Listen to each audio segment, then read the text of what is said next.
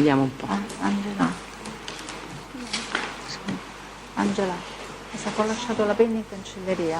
La penna in cancelleria, mi sa che ho lasciato. Prego. Bene Presidente, allora continuiamo il periodo del 28 settembre e ricordiamo la figura della Sabina, come abbiamo detto, no? Che conosce tutto, conosce le indagini, conosce chi deve essere sentito, dava addirittura consigli.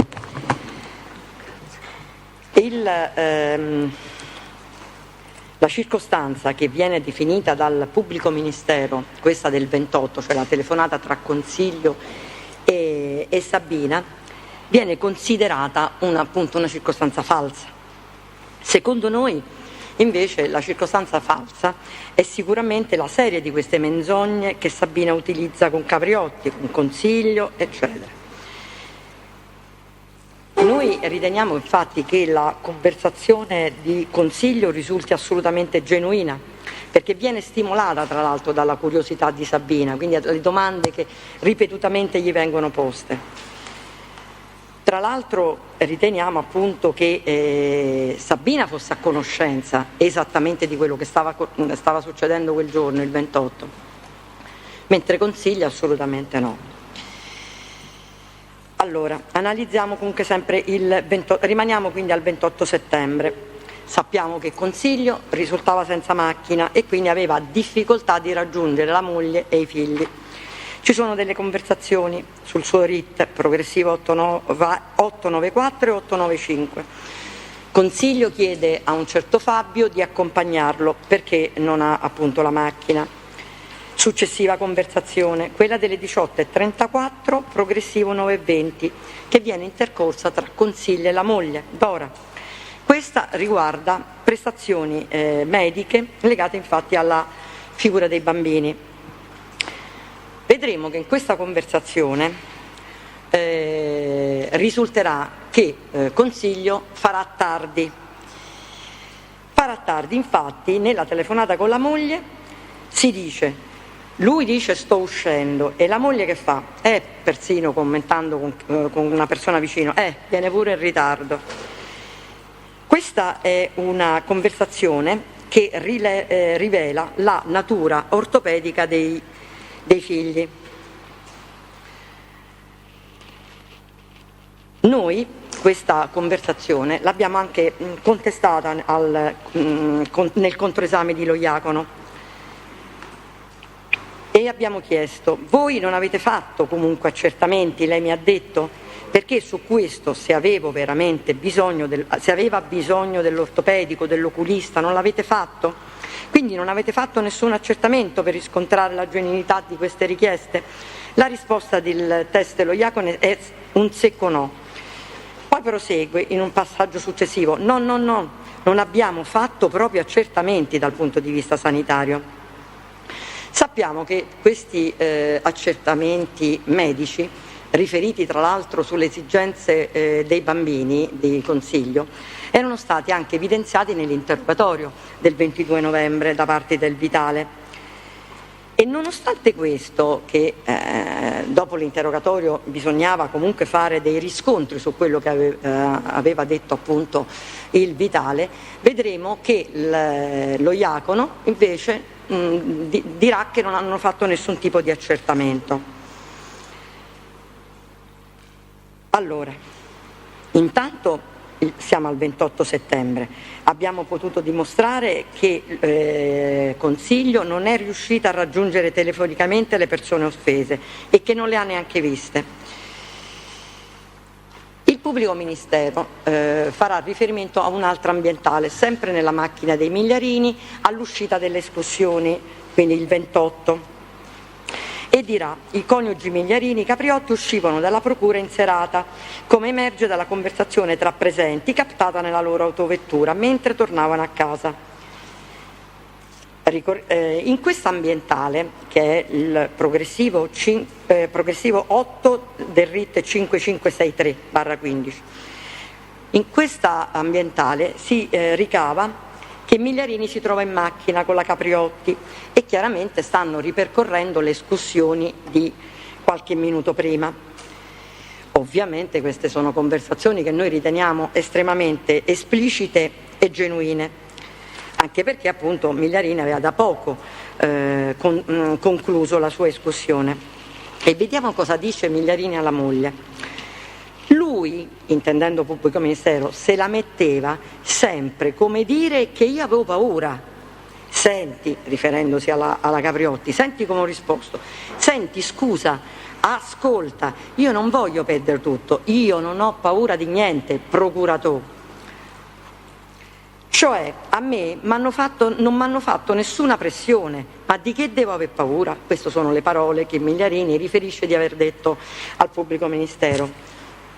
Ci sarà anche appunto un richiamo a quello detto dal pubblico ministero Musarò. Ma allora, lei perché fa tutte queste cose? E Migliarini: sì, perché il figlio tiene 3 figli che stanno diventando ciechi. Che le devo dire? È la verità. Rendiamoci conto che quindi anche durante l'atto istruttorio quindi il Migliarini fa riferimento a queste esigenze oculistiche dei bambini di Consiglio, lo riferisce direttamente al pubblico ministero.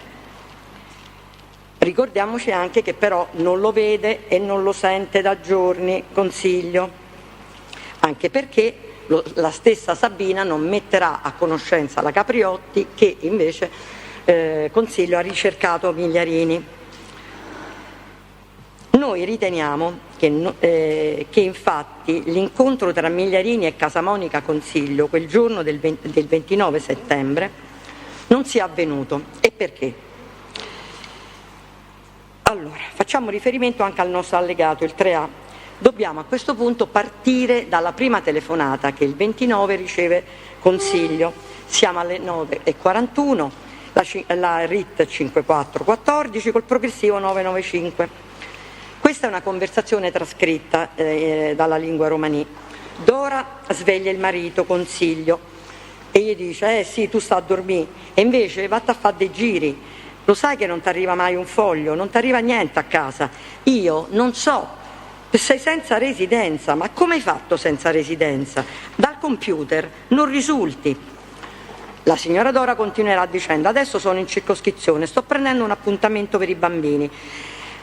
Tanto stavo per i piedi, tanto stavo qua e ho fatto i codici fiscali, invece tu non risulti, perché ha detto, immagino impiegata, che non hai la residenza. Questa conversazione quindi introduce nuove circostanze, siamo al 29, l'esigenza di natura ortopedica dei figli, che certamente al momento Migliarini non conosce.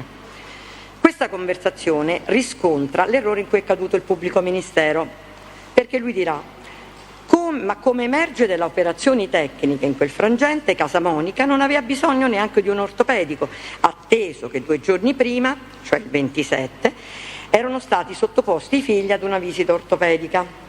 Ma invece, cosa emerge da queste operazioni tecniche? Vediamo che questa conversazione a cui fa riferimento il pubblico ministero, quella del 27 settembre, è assolutamente superata dai contenuti di quella del 29. Vediamo quindi che col progressivo 9.5 si evidenzia quindi la necessità per Consiglio di prenotare una visita ortopedica. Sappiamo che Consiglio in questo momento starà a casa, ha ricevuto questa telefonata della moglie e prova immediatamente a chiamare Migliarini sul cellulare. Ovviamente Migliarini non risponderà perché la segreteria è spenta. A questo punto Consiglio ricontatterà invece il centro revisioni, dove apprende dalla segretaria Barbara che Enrico sta fuori.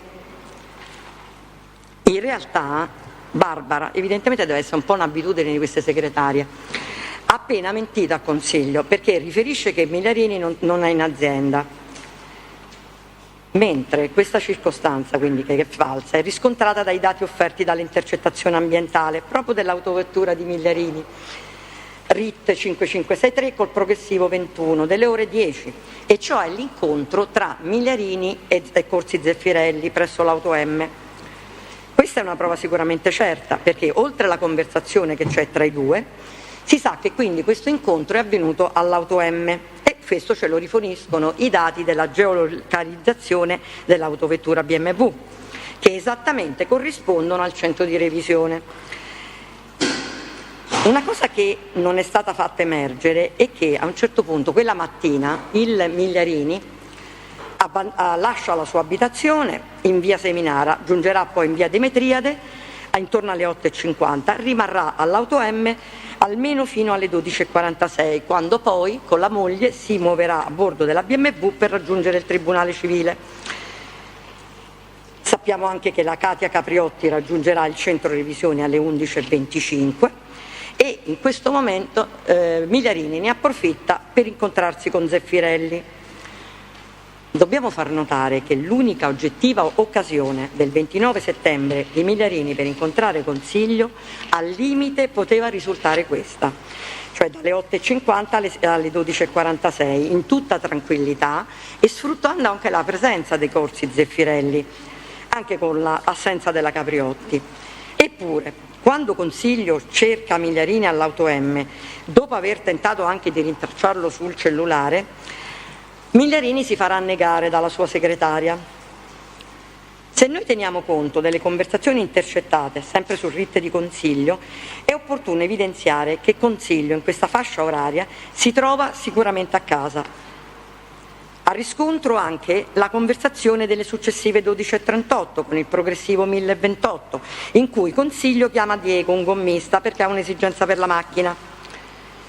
Dalle 12:45 invece la BMW con a bordo Migliarini e Capriotti si muove dall'auto M in direzione Tribunale Civile.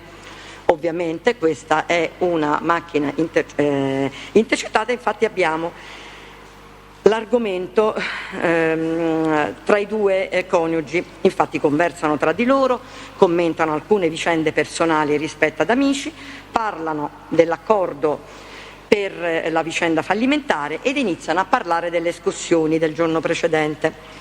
Arriveranno poi a Piazza Mazzini, scendono, si fermeranno a Via delle Scipioni, fermano l'auto.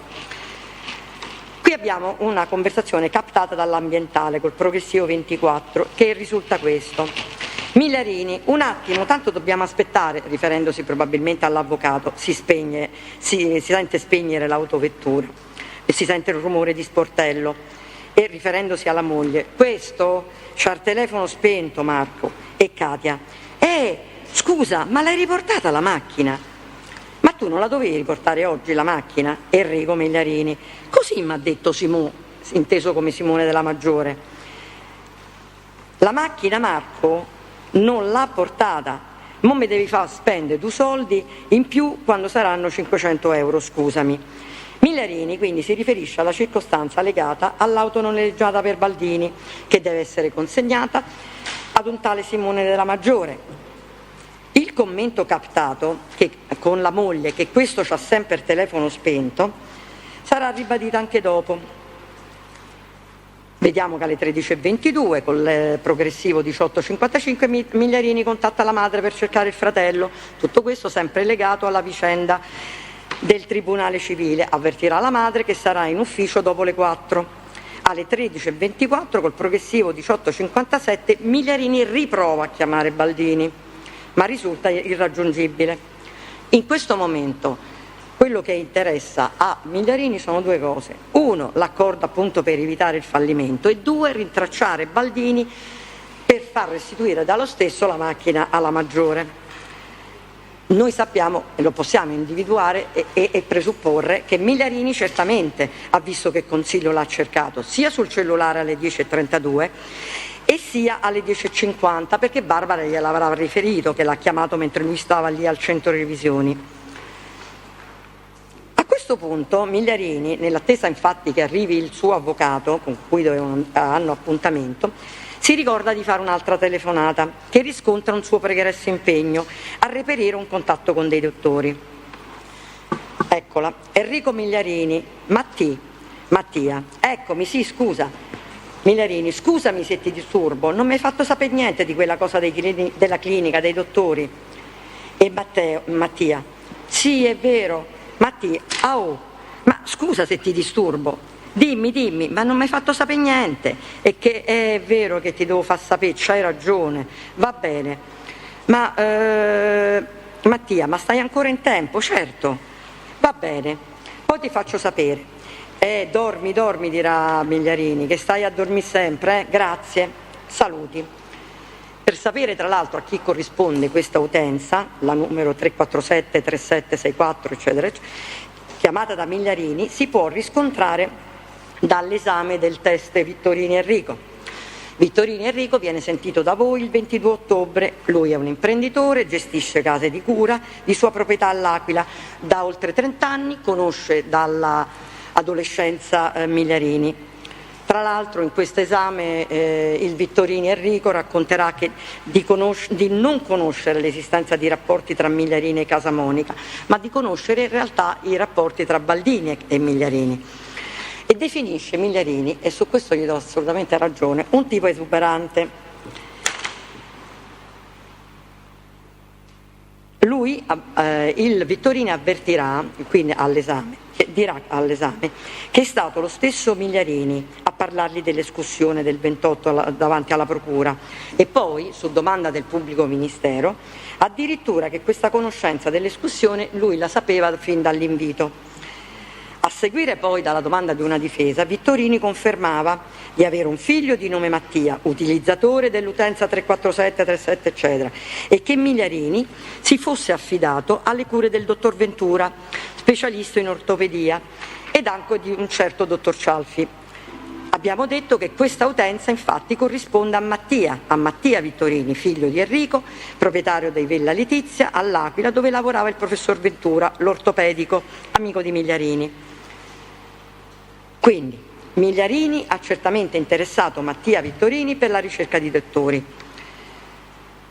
Migliarini ha sicuramente visto che Consiglio l'ha cercato quella mattina del 29 e anche più tardi poi all'Auto M, ma soprattutto assumono valori i contenuti argomentati nella conversazione del 28 settembre con Sabina e nella captazione ambientale della serata del 28 settembre, dove la moglie e il marito Migliarini in macchina all'esito delle escursioni. Vediamo che il pomeriggio del 28 alle 16:30, il pomeriggio del 29 alle 16:33 Consiglio chiama Sabina all'Auto M col progressivo 886. Può parlare in quel momento solo di esigenze reali, cioè di quelle oculistiche, perché ancora non saprà che l'appuntamento del 29 sera salterà, quella a Villa Fulvia con i figli. Arriviamo comunque ad analizzare la telefonata delle 13:33. Consiglio, tenuto conto anche di quanto è emerso nel corso della telefonata intercorsa la mattina con la moglie, alle 13:33 finalmente riuscirà a parlare con Migliarini sul cellulare per rappresentare anche un'altra esigenza che riguardavano i bambini. Facciamo riferimento al progressivo 1034. Questa conversazione merita sicuramente di essere ascoltata perché le parole che sono state trascritte dalla perizia non sono poi così esatte, perché alterano con evidenza il significato di alcuni passaggi. In particolare, infatti, sentendo questa conversazione, non pare proprio che il Consiglio risulti pronunciare «Vabbè, mi fermo pure dall'ortopedico ma conosceva pure un ortopedico». Perché questa trascrizione tra l'altro non trova alcun senso logico nel passaggio argomentato. La corretta trascrizione dei due passaggi risulterà «Vabbè, mi serve pure l'ortopedico ma conosciamo pure un ortopedico?». La circostanza evidenziata quindi dalla difesa trova riscontro anche nella deposizione del teste Diacono, che conferma che Consiglio in sostanza riferisce a Migliarini che gli serve pure l'ortopedico. Consiglio: no, per quel dottore, e Migliarini subito, certo, per quello degli occhi, mo passa dopo perché mo sto in tribunale. Consiglio: vabbè, mi serve pure l'ortopedico, dirà, e Migliarini, no, sto in tribunale, passa dopo. Ma conosciamo pure un ortopedico? E Migliarini ancora, però ti devi portare i documenti. E Consiglio: no, sì, l'ortopedico mi serve per le ossa, perché c'ha le ossa storte. E Migliarini: sì, come no, c'è sta Ventura. E Consiglio: i ragazzini. Migliarini: sì, Ventura, lo conosco bene. Vabbè, portami i documenti. Ricordiamoci anche quello che il pubblico ministero avrebbe chiesto a Migliarini secondo l'ambientale della serata del 29 tra i coniugi Migliarini Capriotti. Ma allora, lei perché fa tutte queste cose? E Migliarini, perché il figlio, c'ha 3 figli che stanno diventando ciechi, che le devo dire? È la verità. Questa appunto è una captazione ambientale assolutamente genuina. Tra l'altro è la prima che noi troviamo subito dopo le escussioni. Il 29 la Capriotti, arrabbiata e provata dalla escussione del giorno precedente, suggerisce al marito, dopo che ha sentito questa telefonata con consiglio, di non prestare più alcuna disponibilità. Senti, gli dovevi dire, Simò, io non te posso fare più niente. Per comprendere correttamente la circostanza che introduce quindi questo passaggio, e bisogna tenere conto della reazione del Migliarini. Quindi Capriotti rimprovera Migliarini perché non ha trovato l'occasione per dirgli senti non te posso fare più niente, mi dispiace, scusami, non mi chiama più. La risposta di Migliarini però è importante per comprendere il passaggio successivo. In questo momento è evidente che lui tenta di spiegare alla donna di non aver troncato la conversazione al telefono con consiglio per evitare di farci delle questioni. E infatti dirà no, scusa. E poi lui che penso che voglia intendere, faceva poi le questioni, è normale, la donna sembra non ascoltarlo perché Migliarini dirà mi ascolti. Migliarini in questo momento ha deciso di non troncare con consiglio e non vuole troncare col consiglio al telefono perché in questo momento cerca solo di evitare di doverci discutere. Prendiamo anche l'esame del test Capriotti davanti al Tribunale. Su domanda del pubblico ministero, faccia attenzione a questo passaggio signora, allora se io gli dicevo che quella a me mi fa una questione allora io ho fatto finta che quello mi chiede le cose del dottore, gliel'ho detto, capito? Che devo fare? Cioè praticamente il pubblico ministero in questa situazione sta riportando le parole del Migliarini alla moglie. Dopo le ripetute sollecitazioni del PM, la teste comunque formulerà questa risposta. Sì, secondo me lui voleva dire che lo voleva incontrare per dirgli Simò, basta, questo era il senso. Henry, basta, non devi più avere rapporti finché non si chiariscono le cose. E lui, per fortuna, mi ha dato retta per fortuna, dirà la Capriotti.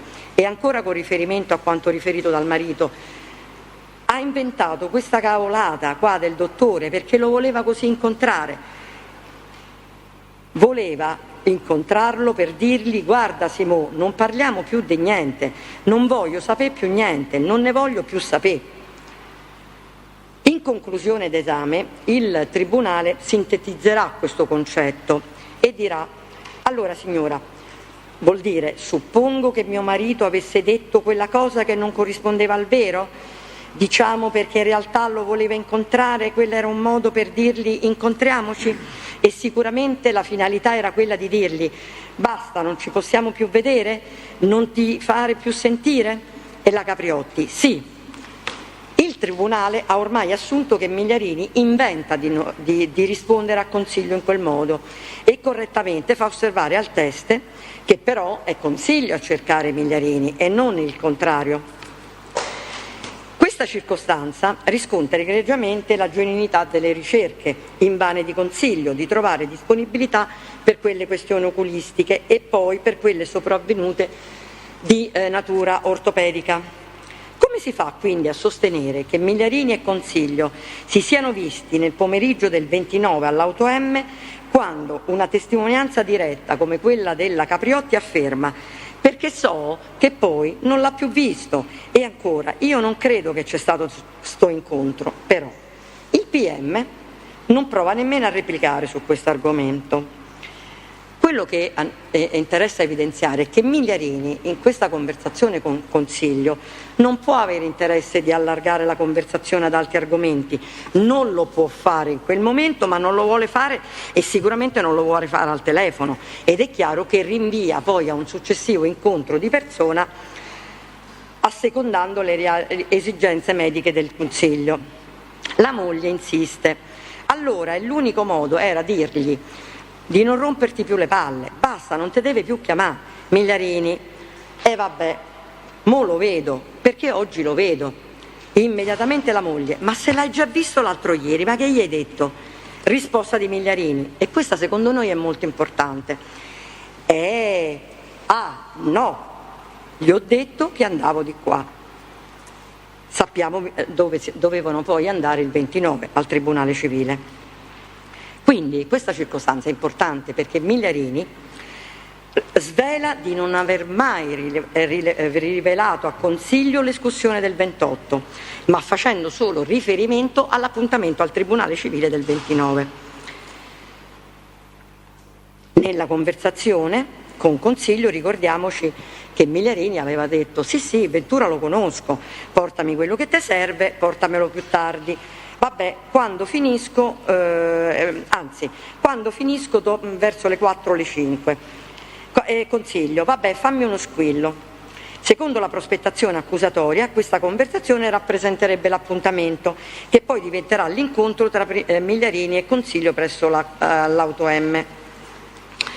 Per fare questa ricostruzione noi abbiamo utilizzato ovviamente le intercettazioni, note ovviamente alla Polizia Giudiziaria e alla Procura, con riferimento al 29 settembre. Consiglio, come emerge in altre precedenti conversazioni, in quel periodo è sprovvisto di patente e pertanto spesso cerca dei passaggi per muoversi. Abbiamo una telefonata, progressivo 1041 delle 14:20. Consiglio riceve una chiamata da un uomo con il quale si accorda di vedersi a breve nei pressi di una banca sul Tuscolano. In effetti, analizzando i dati chiamata, vediamo che il cellulare di Consiglio si sposta dall'abitazione, aggancia per pochi minuti la cella di via Tuscolana 703. Tenendo in considerazione le conversazioni col progressivo 1048 delle 15:20, sappiamo che Consiglio si trova a casa, telefona a un'utenza fissa che è riconducibile alla New Generation Car. Consiglio contatta questa officina meccanica che si trova in via Anicio Paolino 79 a Torre del Fiscale, alla quale risponde il meccanico Davide. I due scherzeranno sulle riparazioni in corso. Si danno appuntamento di vedersi dopo le 16:30-17 presso l'officina. Alla luce di questo appuntamento preso con Davide, Consiglio progressivo 1050 ne approfitta anche per contattare un rottamatore di Torre del Fiscale, un tale Cimino Necci, diremo noi. Sembra per alcuni ricambi della propria macchina. Sappiamo che quindi il telefono di Consiglio si trova a casa fino alle successive 16:21, progressivo 1057, orario in cui poi si sposta per raggiungere Davide il meccanico. Vedremo infatti che alle successive 16:36 col progressivo 1058 i dati chiamata riscontrano che effettivamente il telefono di Consiglio aggancia alla cella di Tor Fiscale 43, rimanendoci fino alle 17:44. 44. L'allegato che noi vi abbiamo prodotto infatti riscontra proprio questa straordinaria vicinanza tra l'officina di via Paolino 79 rispetto alla cella di Tor Fiscale 43. Mentre si trova proprio da questo meccanico, Consiglio cercherà di contattare di nuovo Migliarini.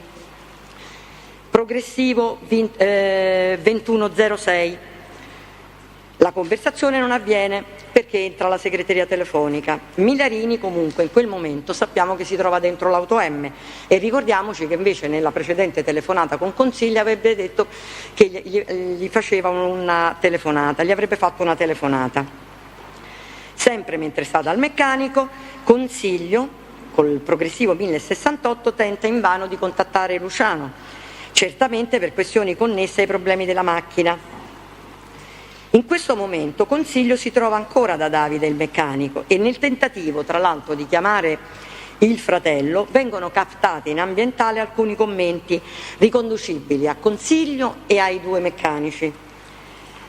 Consiglio: fammi andare a provarla, e le voci dei meccanici che vengono indicate in perizia, voce M2 e voce M3. Tanto poi me li porti, dice l'altro, lascia subito un acconto, e se vediamo dopo. Ovviamente Consiglio risponderà: fammi andarla a provare. ovviamente questo che cosa significa? Che Consiglio dovrà quindi ritornare in officina dopo aver provato la macchina. La voce M3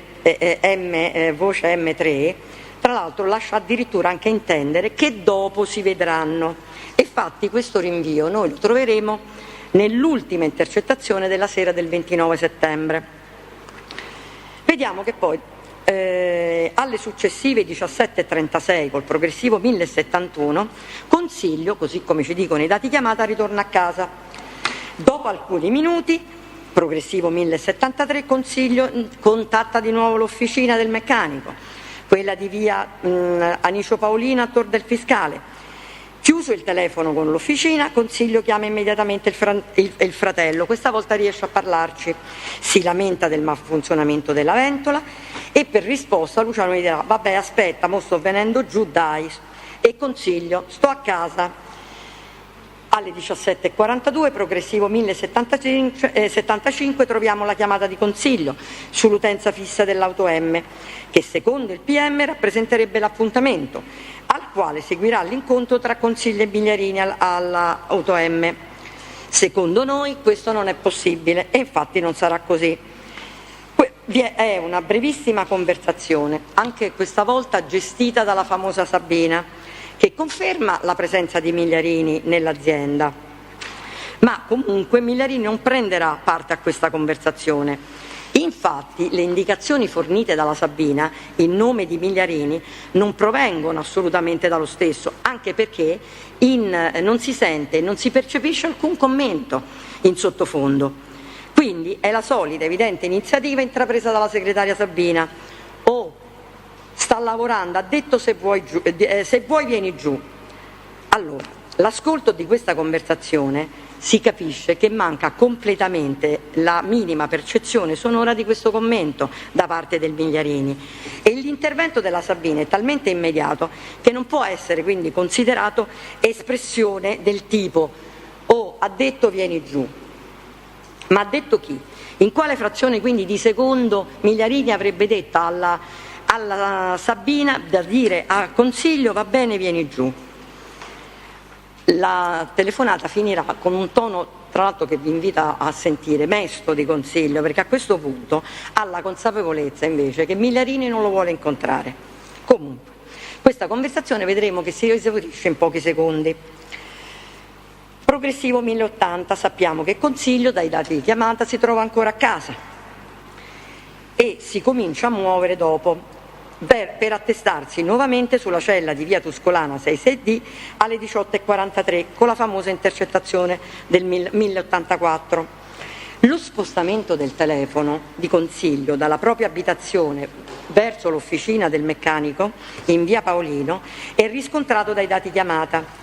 Gli eventi tecnici che indicano in sequenza lo spostamento del cellulare di Consiglio vengono tutti contemplati dalla nostra produzione. La partenza viene indicata dal progressivo 1080 delle 7.52, infatti prende la cella di via Tuscolana 66D e il tragitto noi lo ricaviamo dai progressivi 1081 delle 18.07, 1082 delle 18.22 dove prende la cella di via Appia 625, progressivo 1083 delle 18.37 dove prenderà la cella di via di Tor Fiscale 43 per tornare poi allo stesso posto di partenza che è quello appunto della telefonata 1084 che aggancia la cella di via Tuscolana 66D. Questo tragitto così tracciato è riportato tra l'altro su una piantina stradale, tenendo anche in considerazione conto della toponomastica stradale e anche dei tempi di percorrenza, corrisponde esattamente agli stessi dati utilizzati che noi ricaviamo dai dati chiamata.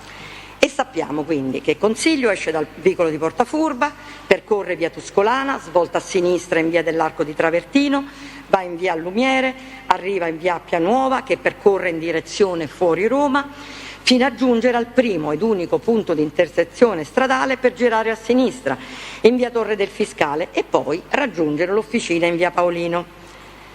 Ripartirà dall'officina di via Paolino che si trova ad un senso unico. Consiglio attraversa internamente la zona, non si riversa su via Appia Nuova, percorre via di Torrebranca, vicolo dell'Acquedotto Felice, si riversa su via Toscolana per pochi metri ed entra nel vicolo di Portafurba. Questo è un percorso più breve, privo di interruzioni semaforiche e pertanto evidentemente anche quindi più veloce. La conferma che il telefono di consiglio percorre quindi un tragitto e non che staziona all'auto M di via Tremetiriade si ricava anche dalla produzione del pubblico ministero, fatta l'ultimo giorno, il 20 maggio, che più avanti analizzeremo con dettaglio della serata del 29. Vediamo che la rappresentazione grafica della copertura di queste celle nella produzione del PM, che è frutto, come ci dicono i carabinieri, di un'estrapolazione fatta attraverso le funzioni del sistema di intercettazione integra SIO. Questi elementi, tra l'altro, che il sistema SIO elabora, non sono nient'altro che tutti quei dati che noi abbiamo evidenziato nella nostra produzione dei dati chiamata. E chiaramente indicano longitudine, latitudine, che quindi ci dicono dove sta la cella, raggio del segnale espresso in metri, fino quindi a dire dov'è la copertura della cella, le coordinate relative all'angolo minimo e all'angolo massimo, e ci indicano il settore di irradiazione della cella. Quindi il percorso del telefono di consiglio dalla propria abitazione fino all'officina per poi ritornare a casa corrisponde esattamente persino alle indicazioni date dal pubblico ministero.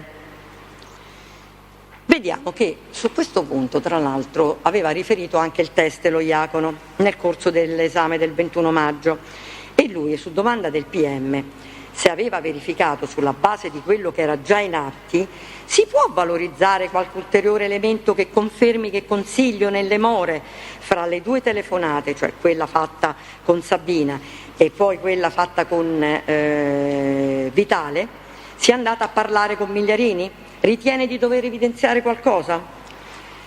La risposta dello Iacono: sì, allora ho verificato innanzitutto la cella impegnata da Casamonica Consiglio alle 17:42, quando praticamente ha chiamato l'auto M e poi ha parlato con Sabina. Consiglio ha impegnato la BTS di via Tuscolana 66D, che è una cella che irradia su vicolo di Portafurba. Il capitano, che noi sappiamo che è quello che ha condotto tutte le indagini, aveva questa disponibilità di dati già dal 2016, ma secondo lui, poi in sede di contraesame, ci riferirà che la questione celle era esagerata per la posizione Vitale, perché dimenticandosi anzi che proprio lui per prima aveva introdotto questo dato isolato, senza altri riscontri, però a supporto della prospettazione accusatoria. Vediamo che proprio dalle intercettazioni noi riusciamo quindi ad individuare le celle che irradiano sul vicolo di Portafurba. Sappiamo tra l'altro che non c'è solo tanto la cella di via Tuscolana 66D, c'è anche quella 576, ma risultano anche via Tuscolana 553, e questa noi l'abbiamo già analizzata quando vi abbiamo detto che il 26 c'è stata la telefonata tra Migliarini e Consiglio, sto sotto casa, dove abbiamo esaminato appunto quale era la cella che Migliarini Vodafone attaccava in quel momento. Abbiamo poi anche esaminato con riferimento al 26 anche la cella di via del Mandrione 292. Nel corso dell'esame lo Iacono ci ha detto alle 18:07 questi servizi del servizio positioning, il telefono di consiglio ha impegnato una BTS che ha irradiamento su via Trimetriade, sede dell'auto M, stessa cosa alle 18:22 e 18:37. Il PM chiede la seguente precisazione: ma quindi non sappiamo quando è che ha iniziato a spostarsi? Sicuramente alle 18:07 e il teste, di certo era in zona di copertura dove c'era l'auto M. Di cosa sta parlando comunque il capitano Lo Iacono? Le 18:07 è riferibile al progressivo 1081, le 18:22 a progressivo 1082, 18:37 progressivo 1083. Qual è la certezza che noi ricaviamo dai dati chiamata? che questi stessi servizi di positioning è che il telefono di consiglio non era in zona di copertura dove c'era l'auto M. Infatti questo dato rappresenta quello che più di ogni altro fornisce una circostanza incontrovertibile sul fatto che per consiglio si trattava di un percorso e non di una sosta di circa 30 minuti, e questo ce lo dice proprio la cella di via Appianuova 625 che il pubblico ministero ci ha documentato con la documentazione del 20 aprile. Dai dati chiamata noi ricaviamo che Consiglio sta percorrendo la stessa direzione su via Appianuova, tanto che aggancia la cella di via Appia 625, e poi questi dati ci indicheranno che questa ha un irraggiamento appunto di 593 metri, quindi dalle 18.07 alle 18.22 Consiglio non si può trovare in via Demetriade, proprio per i dati che ci ha fornito il pubblico ministero.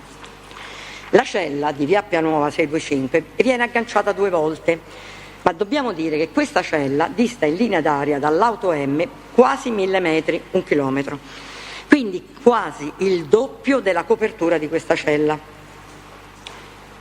E questo noi lo ricaviamo proprio dalla documentazione del pubblico ministero. Adesso ritorniamo un attimo a Migliarini. Perché a noi ci interessa tanto quello che fa Migliarini? Perché poi tutto sommato, anche se c'è stata la modifica del capo di imputazione il 14 luglio, noi non possiamo non evidenziare tutti quelli che sono rapporti che intercorrono o potrebbero intercorrere tra Consiglio, Migliarini e Vitale. Vediamo che il PM, nella domanda che aveva fatto al teste lo Iacono, cioè Migliarini in un arco temporale compatibile con l'arrivo di Consiglio spegneva il telefono, chiederà al teste di riferire un dato specifico, che però risulterà priva di riscontri, perché il gesto di spegnere il telefono come un'azione che fa Migliarini non può corrispondere poi a quello che realmente è avvenuto dal punto di vista tecnico. Perché noi non possiamo dire con esattezza se questo telefono fosse stato acceso, fosse stato spento, se era raggiungibile o non irraggiungibile, se era stato interrotto, se c'era stata quindi un'interruzione sulla linea, se c'era stato un malfunzionamento della cella. Non abbiamo elementi che possano far determinare con certezza e riscontrare che Migliarini abbia manualmente spento il cellulare con l'arrivo di Consiglio, che secondo noi, per come vi abbiamo detto, non ha mai raggiunto l'auto M. Sappiamo che tra l'altro nessuno ha mai riferito vedere Migliarini spegnere il telefono e nessuno ha mai anche osservato l'incontro tra Migliarini e Consiglio all'auto M. Quindi quello che viene riferito dal capitano Lo Iacono sono valutazioni investigative prive di riscontri. La circostanza, tra l'altro, che i due poi non si sono visti quella sera ce l'abbiamo, come ho già detto, dalla teste Capriotti. Lo so che poi non l'ha più visto e non ci credo che c'è stato questo incontro. Nel momento in cui viene intercettata la conversazione tra Consiglio e Sabina delle 17.42, possiamo assolutamente dire che il cellulare quindi di Migliarini potrebbe anche essere già risultato non raggiungibile o spento. Quindi allora noi dovremmo dire che Migliarini ha spento il telefono ancor prima di sapere che Consiglio lo avrebbe cercato alle 17.42. Il PM sosterrà che poi Migliarini riaccenderà questo telefono dopo che se n'è andato via Casamonica Consiglio. La spiegazione che dà il PM la fa attraverso l'escussione del capitano Lo Iacono, il quale non è un tecnico, ma questo continua a risultare privo di riscontri perché in effetti il cellulare di Migliarini riceve degli SMS di servizio in tempi diversi e guarda proprio nell'arco temporale ritenuto invece di spegnimento. Facciamo riferimento ai progressivi 21:28, 21:29, 21:30, 21:31 e 21:32. Questi contatti sono tutti riconducibili all'utenza di Simone Della Maggiore. Sappiamo che era stato interpellato da Migliarini per noleggiare 2 autovetture, una delle quali veniva utilizzata da Baldini. Sappiamo anche appunto che Baldini non riconsegna questa macchina nei termini e che Migliarini, preoccupato anche di dover pagare qualche penale, ovviamente cerca di giustificarsi con Simone. Noi vediamo quindi che ci sono quindi vari contatti telefonici tra Migliarini e Simone quel giorno, ma in particolar modo ricordiamo che il primo contatto che Migliarini ha con questo signor Simone della Maggiore avviene addirittura la mattina del 29, cioè alle 9:56, col progressivo 1039. Migliarini lo contatta e gli dirà: oggi ti faccio riconsegnare la macchina, ti riconsegno la macchina, poi mi telefoni, mi dici quanto te devo dare, però fammi pagare poco, perché tanto quello, riferendosi a Baldini, è una persona irrecuperabile, mi crea solo casini, guarda, non lo auguro a nessuno, ma quello dovrebbe andare in un'isola deserta.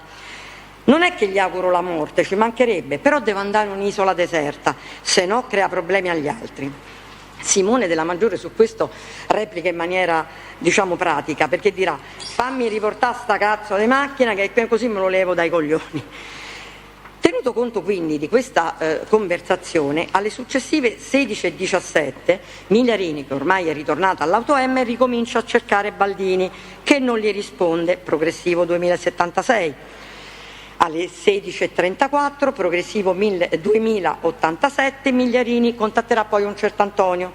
Anche a lui farà presente che Marco non riesce a trovarlo, mi deve consegnare la macchina, domani mi fa scattare la penale. Simone della Maggiore, che non si è visto quindi riconsegnare la macchina, che fa? Ovviamente quel pomeriggio continua a cercare Migliarini. Infatti noi abbiamo tutta una serie di servizi chiamami di Vodafone. Alle 18:40, secondo l'accusa, Migliarini avrebbe riacceso il telefono perché se n'era andato via Consiglio. Secondo noi no. Vediamo che appunto alle 18:40 Migliarini, con il progressivo 2134 e con i successivi progressivi 2135, 2136, 2133, sono tutti dati riferiti dal test come riportati nella produzione della nostra difesa. L'intervallo dei tempi quindi fra i 4 positioning di questi progressivi risulta, così come ci ha detto tra l'altro il capitano Loiacono, di 8 secondi, ma vedremo che anche successivamente a volte ci saranno 4 secondi, a volte ce ne saranno 6. Quindi che cosa voglio dire? Che questi sono eventi tecnici che raccontano un colloquio tra celle e dispositivo cellulare, ma è altrettanto ovvio che un comportamento certo che si ripete non può essere associato ad un elemento, quindi ad uno spegnimento volontario da parte del Migliarini. Allora, siamo alle 18:43 e prova Migliarini di nuovo a chiamare Baldini. Quindi non è che chiama Baldini per quello che ci è venuto a raccontare il pubblico ministero. Qui c'è un'esigenza assolutamente evidente. Simone della Maggiore aspetta la macchina che è in uso a Baldini. Migliarini poi contatterà anche un altro signore di nome Antonio alle 18:45, cercando di rintracciare Baldini pure da questo signor Antonio, dicendogli: guarda che questo mi deve riconsegnare la macchina, devo andare a fare una denuncia se questo non la riconsegna. Digli, se lo vedi, di chiamarmi, di venire a consegnare la macchina, perché oggi è l'ultimo giorno che avevo dato, domani, lui esagera un po', sta fuori legge. Sappiamo che prima delle 19 Migliarini lascerà l'Auto M, si recherà poi nella via con Leopardo, ci rimarrà 45 minuti. Ovviamente queste noi circostanze le ricaviamo dalle intercettazioni telefoniche e dall'ambientale presa in macchina di Migliarini. Questo percorso noi tra l'altro l'avevamo ben descritto e depositato al controesame del capitano Loiacono. In corso poi ci saranno altre conversazioni, sempre che riguardano l'episodio di questa macchina non riconsegnata. Infatti c'è una telefonata con Romano Fabrizi, che sarebbe il marito della Sabina Biondi. Nel corso di questa conversazione Migliarini: ma che non lo trovo sto Marco, che deve andare a riconsegnare la macchina, questo è l'ultimo giorno, è scomparso, lascia, da Marco c'ha una smart che gli pago io, è scomparso. Per noi la giornata e la serata di Migliarini finisce qua, perché crediamo di averla ampiamente analizzata anche su quello che sono state poi la nostra deposizione di documenti del 23 giugno in sede di controesame. Siamo alla giornata del 29, quella appunto dove compare la figura del Vitale Cristiano, e a questo punto dobbiamo sicuramente occuparci di quello che è stata la giornata di Vitale, facendo anche riferimento a tutta la nostra documentazione che abbiamo prodotto il 9 marzo. Vedremo infatti che con i nostri allegati avremo l'estrazione anche proprio di una parte del tabulato telefonico, relativo però solo ai giorni 28, 29 e 30 settembre 2016. Tutti questi dati infatti indicano chiamato, chiamante, data, orario e geolocalizzazione della cella in quel momento impegnata da Vitale. Gli eventi tecnici dalle ore 18:22 alle ore 22:42 sono stati quindi rappresentati graficamente su una mappa dell'allegato 1J, proprio per riscontrare esattamente il percorso effettuato da Vitale quella serata. E su questo punto che andiamo in contrasto con la posizione del test Lo Iacono. Perché? Lo Iacono su domanda del PM dirà: possiamo dire più o meno a che ora, possiamo dire più o meno a che ora, e se sì, se le risulta che Vitale poi sia ritornato a Portafurba? Lo Iacono: abbiamo analizzato i tabulati dell'utenza di Vitale e per ogni chiamata di Vitale abbiamo anche analizzato la cella che aveva impegnato nel corso di quella chiamata. Durante questa conversazione Vitale dice che si trovava a Villa Gordiani, sarebbe andato a fare una commissione a Tor Sapienza e che avrebbe raggiunto Casa Monica Consiglio. Vitale ha impegnato una cella che si trova in via Bergamini 50, che effettivamente è in linea d'aria nel raggio di copertura della località Villa Gordiani. Dopodiché effettivamente il telefono si sposta, è in movimento, va verso Tor Sapienza, impegna poi la cella di via Andrea Cecioni in località Tor Sapienza e poi raggiungerà la località di Portafurba. In questo esame Lo Iacono quindi evidenzierà delle circostanze: 1, che ha analizzato quindi i tabulati dell'utenza di Vitale; 2, di aver analizzato la cella che aveva impegnato nel corso di quella chiamata e che effettivamente il telefono si sposta, quindi è in movimento. Il PM chiederà infatti al teste: ma noi sappiamo da dove veniva Vitale quel giorno, quella sera, poi quando si è recato a Portafurba? E vediamo la risposta del teste. Il test ci dirà: in base al contenuto delle conversazioni, venendo da Tor Sapienza, avrebbe potuto percorrere la via di Portafurba, provenienti dalla Casilina, in direzione Arco di Travertino, dove insiste percorrendo quel senso di marcia, cioè da Casilina in direzione Arco di Travertino, prima dell'incrocio con la Tuscolana. C'è l'ingresso al vicolo di Portafurba, il secondo, quello secondario, quello per intenderci, ci dirà il capitano Lo Iacono, monitorato dalle sorveglianza. Però, attenzione, perché dalla lettura del nostro allegato 1H risulta però certamente che l'analisi dei tabulati rivelano cose diverse da quello che ci è venuto a riferire il capitano. E quindi il capitano non è attendibile, perché tra l'altro riferisce un percorso che potrebbe essere nelle attese investigative, ma che comunque non è dimostrato nei tabulati. Allora, se noi diciamo, e qui è un po' noioso effettivamente, sono la prima a riconoscerlo, tutta questa distribuzione di vie e poi di collegamenti, perché? Secondo noi, quello che ha detto il capitano Lo Iacono, cioè quello di percorrere la via Casilina, andare in direzione dell'Arco di Travertino, significa passare per via dell'acqua bulicante, che poi diventa via di Torpignattara e quindi Porta Furba. Benissimo, perché questa visione ci dà l'entrata al vicolo di Porta Furba dall'ingresso secondario.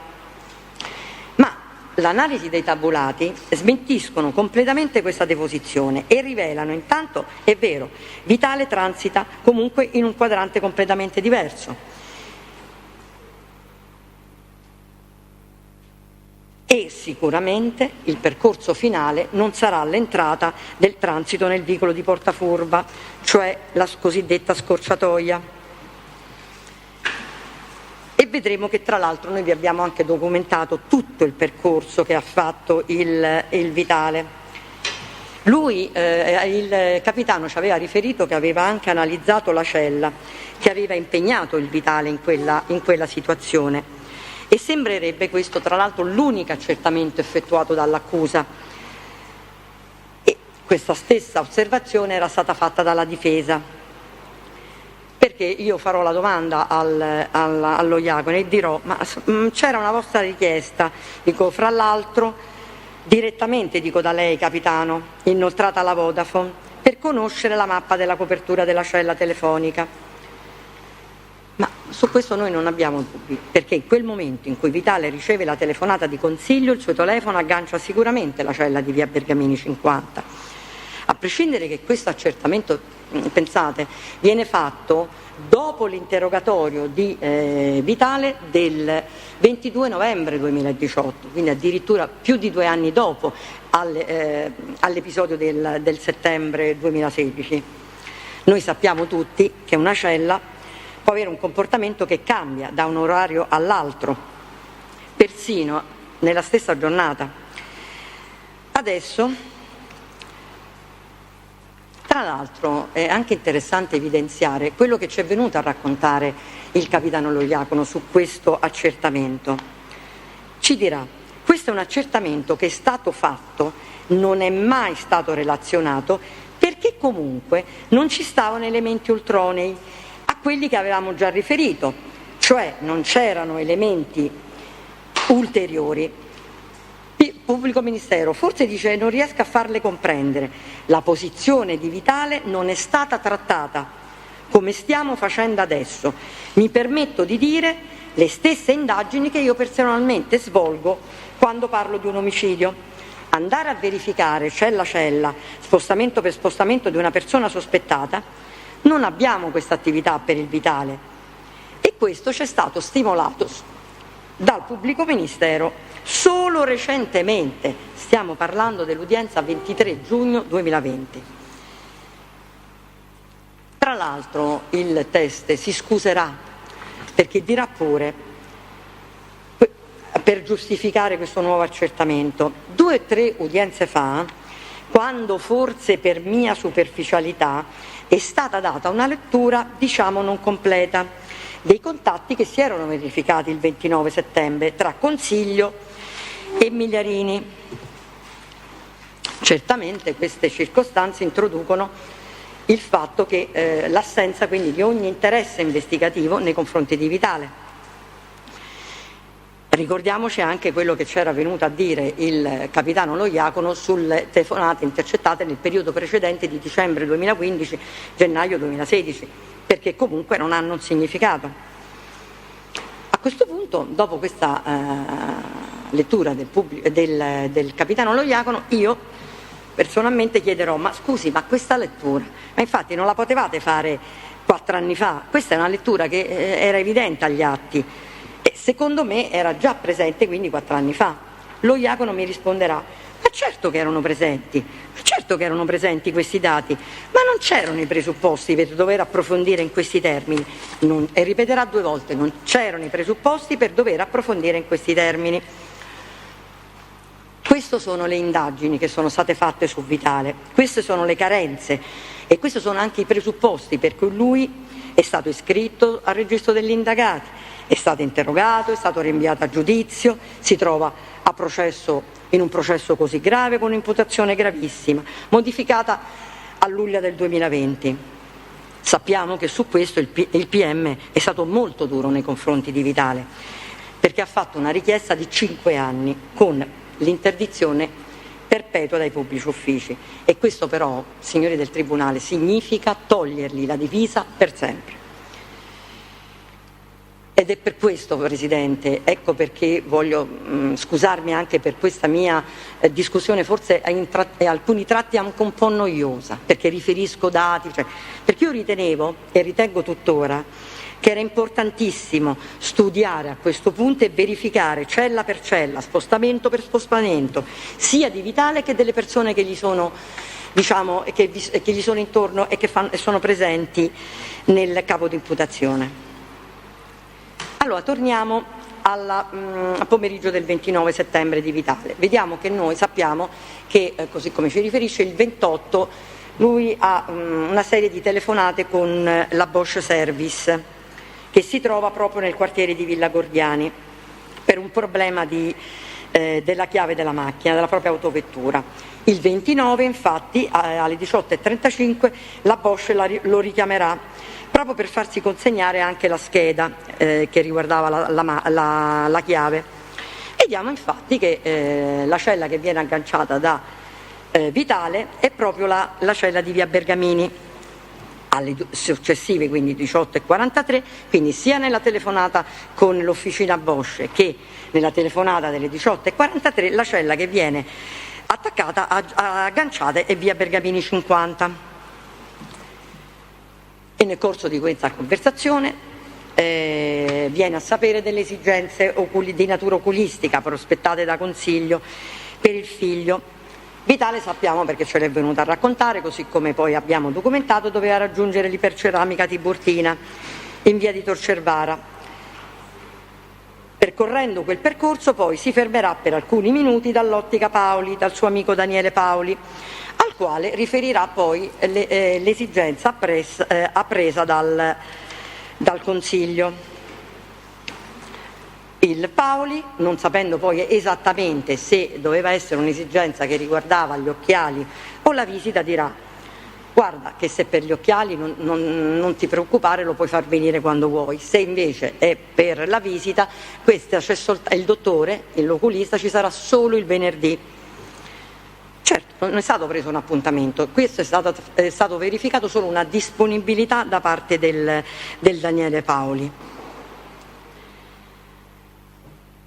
Non potendosi tra l'altro intrattenersi oltre con il Paoli, e facciamo anche riferimento che quell'anno, a differenza di tutti gli anni passati,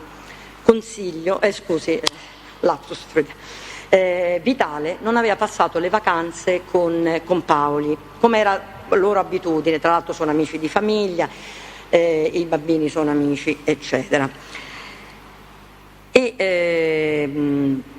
Tra l'altro, quindi, questa poteva essere l'occasione, vuoi anche per l'esigenza che gli aveva fatto presente il Consiglio, ma anche proprio per avere la possibilità di tornarla a salutare. Non si vedevano da prima dell'estate.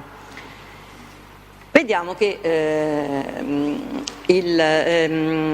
Vitale riferirà poi a Paoli delle necessità, non si poteva trattenere tanto perché appunto doveva andare all'Iperceramica, doveva bloccare un acquisto di una fornitura di pavimenti perché era in offerta fino al giorno dopo.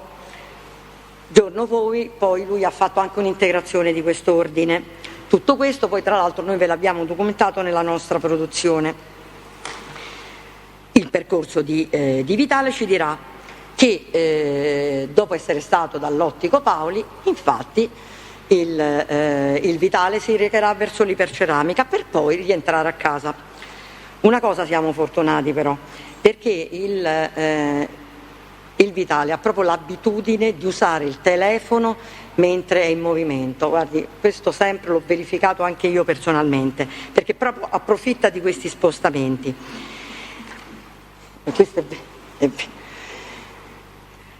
E questo però a noi ci torna utile, perché noi possiamo a questo punto verificare il tragitto che lui farà per rientrare a casa, e questo viene appunto riscontrato dai tabulati e non certamente dalle ipotesi investigative del nostro capitano Lo Iacono.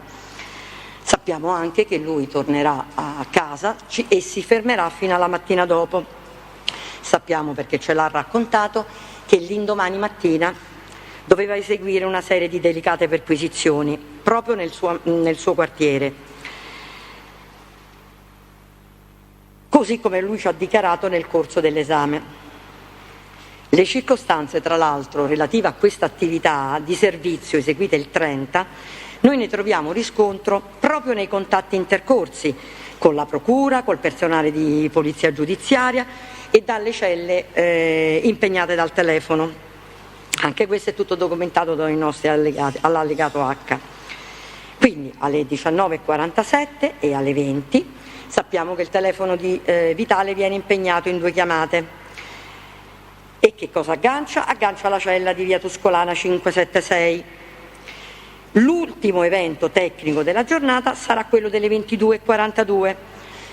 Questo non è una conversazione così come ci aveva riferito il capitano Lo Iacono, bensì è un SMS che Vitale farà al geometra Paolo Scipio, proprio perché riguardava il quanto aveva già presentato come richiesta all'Iperceramica. A un certo punto, analizzando questa telefonata, quella delle 1048, il pubblico ministero esordirà: ci sono 2 diverse trascrizioni peritali, una del collegio Dinnella e un'altra del dottor Vitaliano, che non coincidono, e farà tutta una dissertazione sulla parola Ciao-Cri, perché infatti, dice la Dinnella, attribuirà il Ciao-Cri a Consiglio, Vitaliano invece dirà che è una sonorità di ambiente riferibile a voce maschile, ma nell'ambiente di Vitale. Secondo comunque il pubblico ministero questo si può risolvere facilmente sentendo il file audio. Tra l'altro, durante l'esame del Vitale, il pubblico ministero sulla figura di Berto Vitaliano, cioè del perito, si mostrava tra l'altro meravigliato, perché faceva: ma chi è? Ma chi è il dottor Berto Vitaliano? Evidentemente forse non ricordava che Berto Vitaliano era stato incaricato il 5 febbraio proprio dal Tribunale. Doveva infatti trascrivere integralmente tutte quelle che erano le telefonate in lingua. Sappiamo tra l'altro che questo dottor Vitaliano è un sottufficiale dell'Arma, e questo anche a dimostrare che anche se una persona indossa una divisa può conoscere, proprio perché lo può conoscere dall'infanzia per quello che è il suo vissuto, quindi può conoscere la lingua dei Casamonica, al punto tale di essere in grado infatti di trascriverla e di tradurla. Comunque, fatta questa precisazione, non ci sono solo queste 2 perizie, ce n'è anche un'ulteriore, una precedente addirittura, fatta sempre dal perito Dinnella, ma purtroppo questa poi tra l'altro si attesterà su quello che aveva scritto la polizia giudiziaria riguardo a questa telefonata, perché farà riferimento, sto con quello, vabbè, eccetera. Quindi noi su questa certamente non la possiamo far presente, ma comunque credo che sia comunque presente nel vostro elaborato. Secondo la logica quindi del pubblico ministero, il concetto che il Consiglio volesse far sapere soltanto di essere a casa era appunto il saluto veloce, il Ciao-Cri. Attenzione, però abbiamo detto che appunto anche Lo Iacono aveva ascoltato questo audio e aveva infatti attribuito questa voce a Consiglio, quindi Consiglio Vitale da parte di Vitaliano, insomma c'è tutta una serie di imprecisioni. Qualunque quindi però, io dico, sia stata la perizia o l'interpretazione, per questa difesa però non cambia assolutamente nulla. Certo che questi però dubbi potevano essere forse fatti evidenziare dal pubblico ministero quando sono venuti poi questi periti per depositare le perizie, ma comunque, secondo il pubblico ministero, siccome tra Consiglio e Vitale risulta che l'ultimo contatto risaliva al 5 luglio, questi si sarebbero sicuramente visti prima della telefonata del 29. Anche questa non è basata su nessun fondamento logico. Infatti il PM dirà che fin dalle prime battute si comprendeva che i due si erano evidentemente visti, che avevano parlato in epoca recente e che quindi questa telefonata non è poi così strana. Io ritengo che questa telefonata, oltre che essere ascoltata, comunque vada analizzata.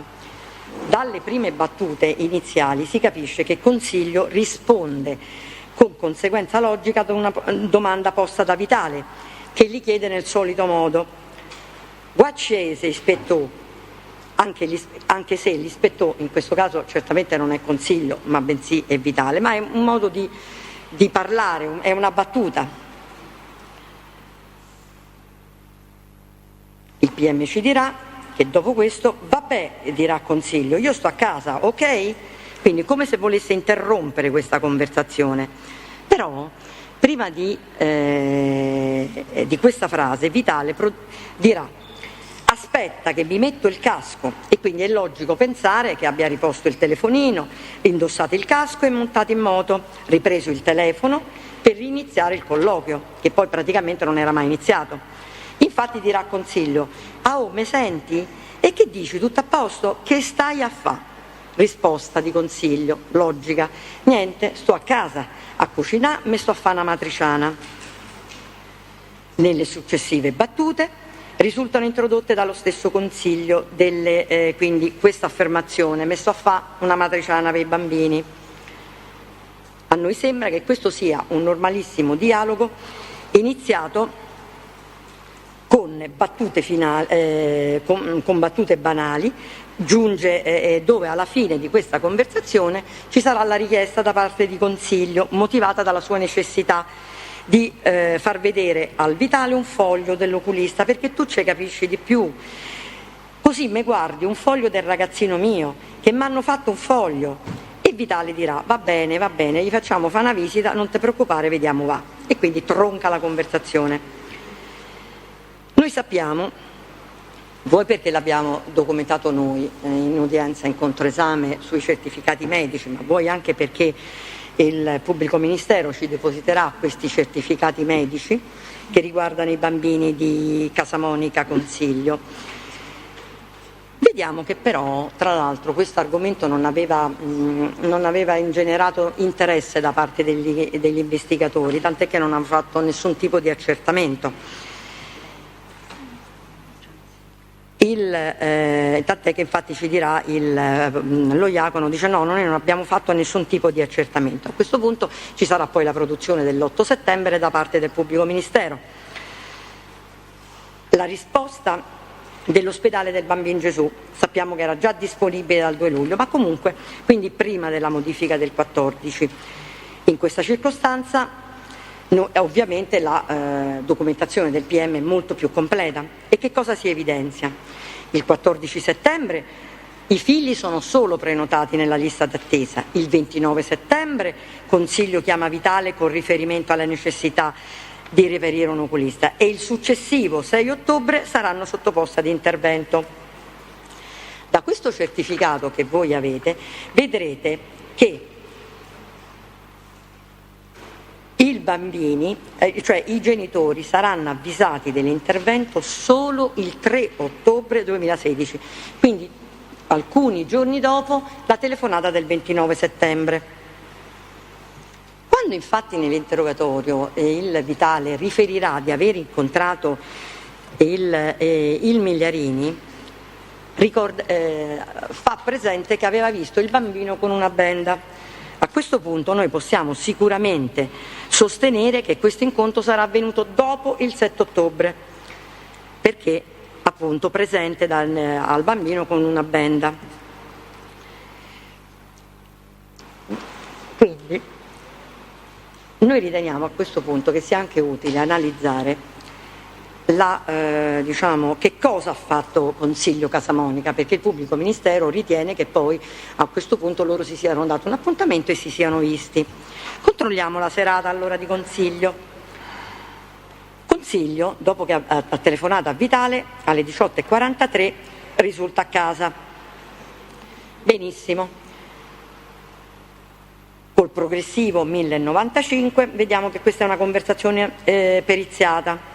Riceve la telefonata e prima di rispondere si sente, durante l'impegno di linea ci sono rumori d'ambiente assimilabili a bowling e biliardo.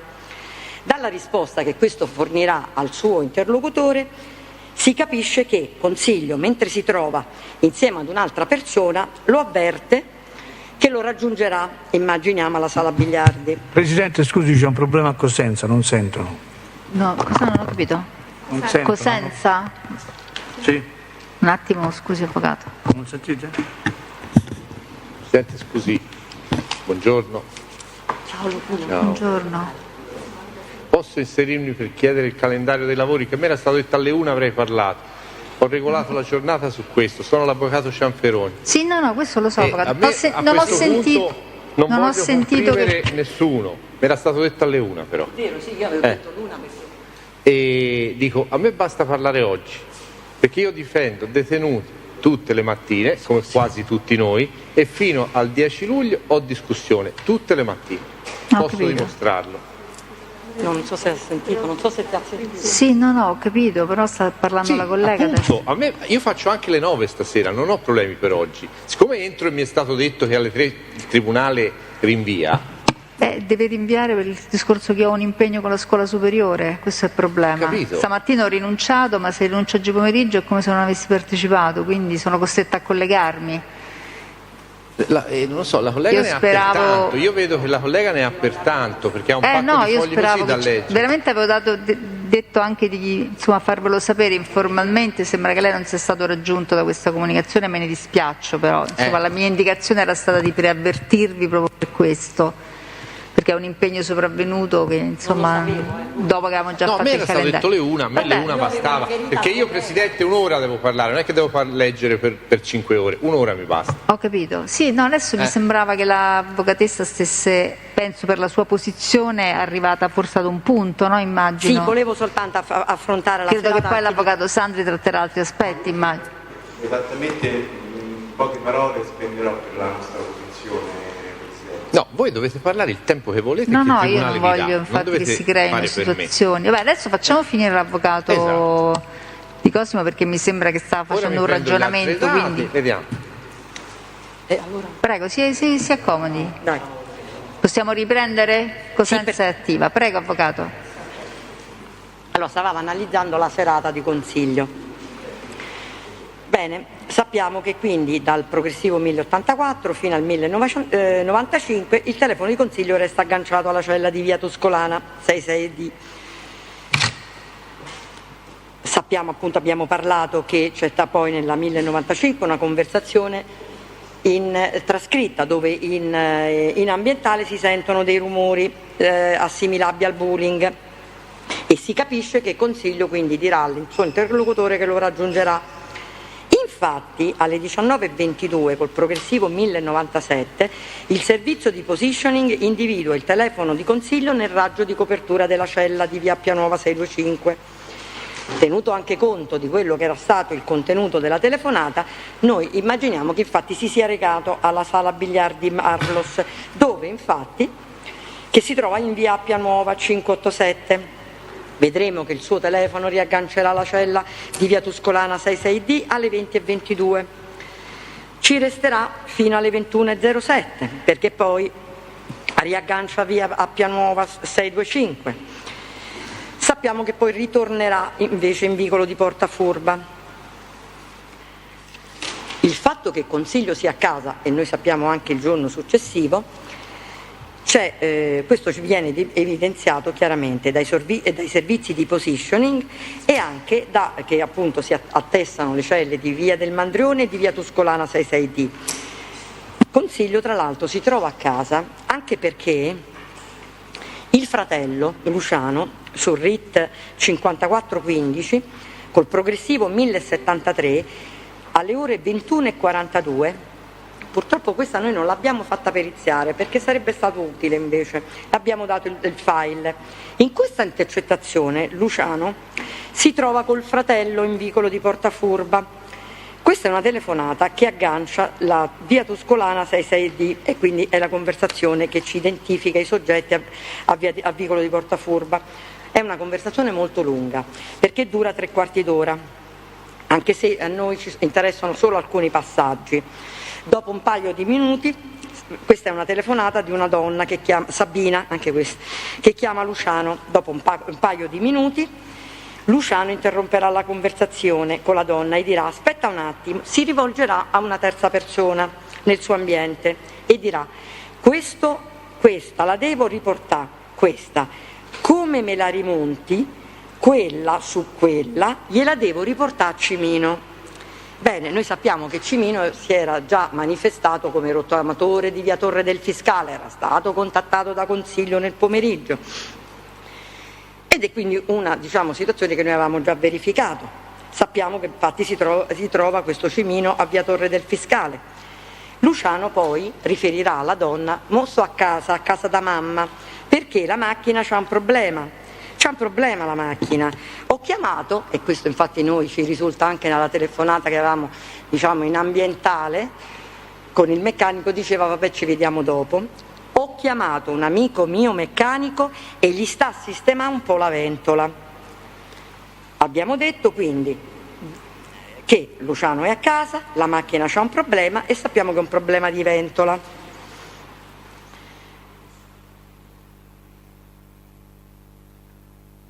Bene, a questo punto poi tra l'altro la conversazione di questa donna continuerà non più con Luciano ma con Consiglio, al punto che poi Consiglio la saluterà, sono già le 22, senti devo scansare la macchina Sabì, te saluto, vabbè un bacione, e riprende la conversazione con Luciano e la donna.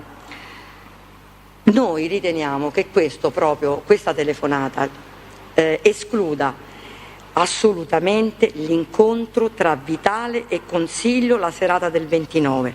Noi possiamo assolutamente dire che non si sono incontrati, ma che non si sono nemmeno incontrati Migliarini con Consiglio nel pomeriggio.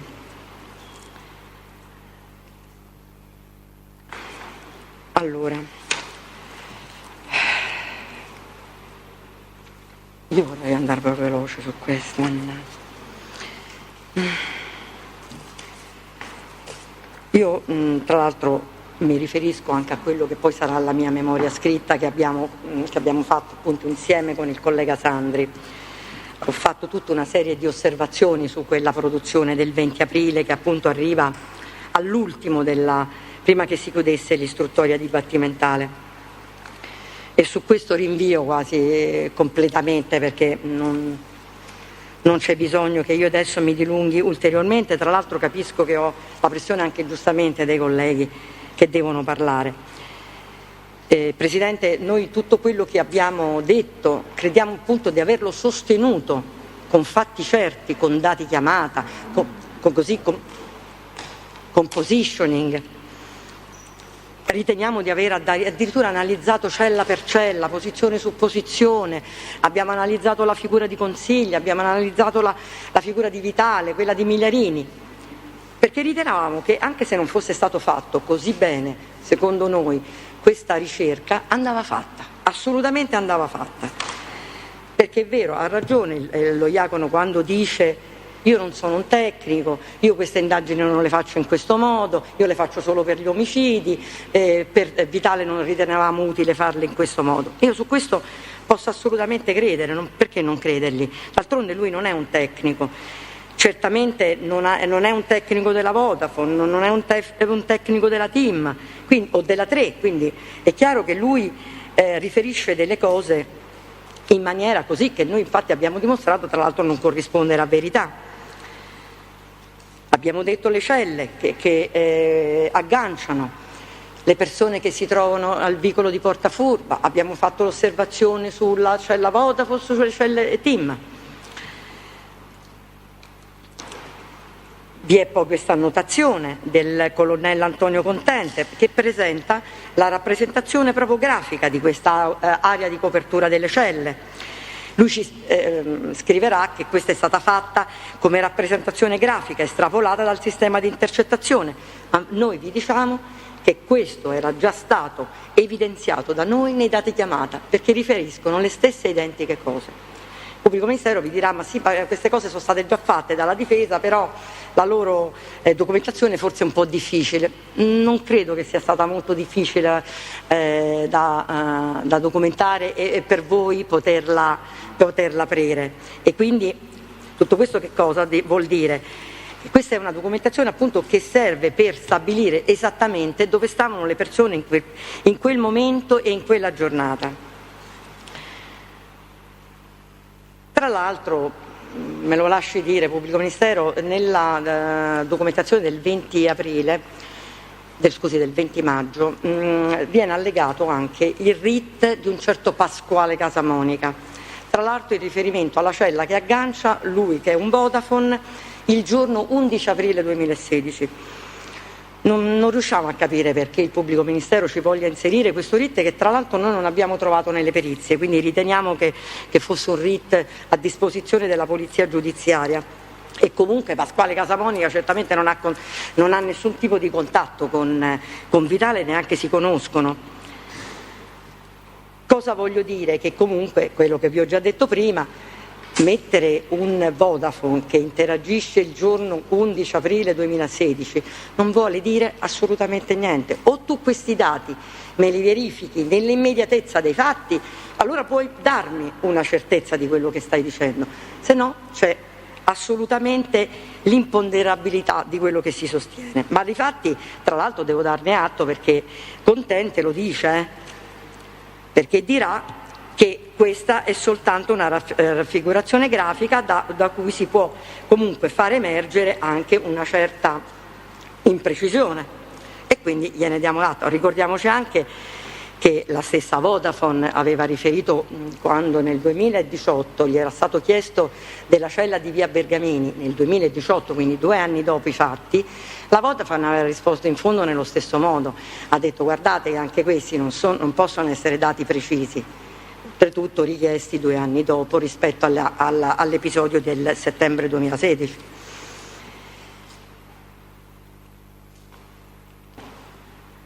Allora, quindi vi ho parlato dei nostri dati chiamata, che diciamo che vi abbiamo prodotto e che appunto determinano i vari percorsi. Quindi sosteniamo che questa è da parte del Pubblico Ministero è un'indeterminatezza che appunto poi alla fine non porta assolutamente a nulla.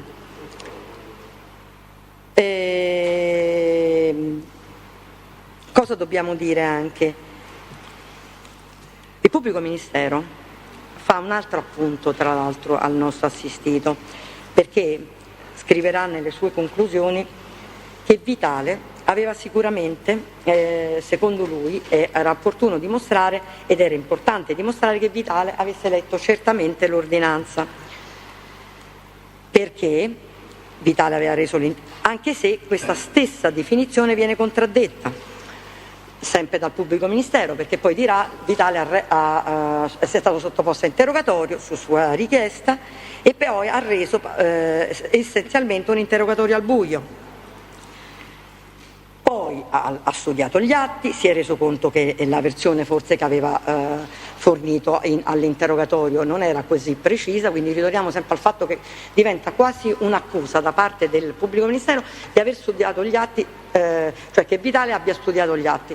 Questo onestamente, Presidente, veramente non lo riusciamo ad accettare, perché è ovvio che un personaggio del genere, una persona del genere che fa il maresciallo della Guardia di Finanza, non è che si studia gli atti, li sa a memoria. Anzi, a volte, le dico di più, mette pure in difficoltà i difensori, perché li sa talmente bene, li conosce talmente bene. Voi avete visto come ha partecipato a tutte le udienze, non si può dire che non abbia partecipato a qualche udienza, è stato sempre presente, è sempre stato attento, ha preso appunti. Mi creda, Presidente, ci ha messo anche in difficoltà, è vero? Appunto.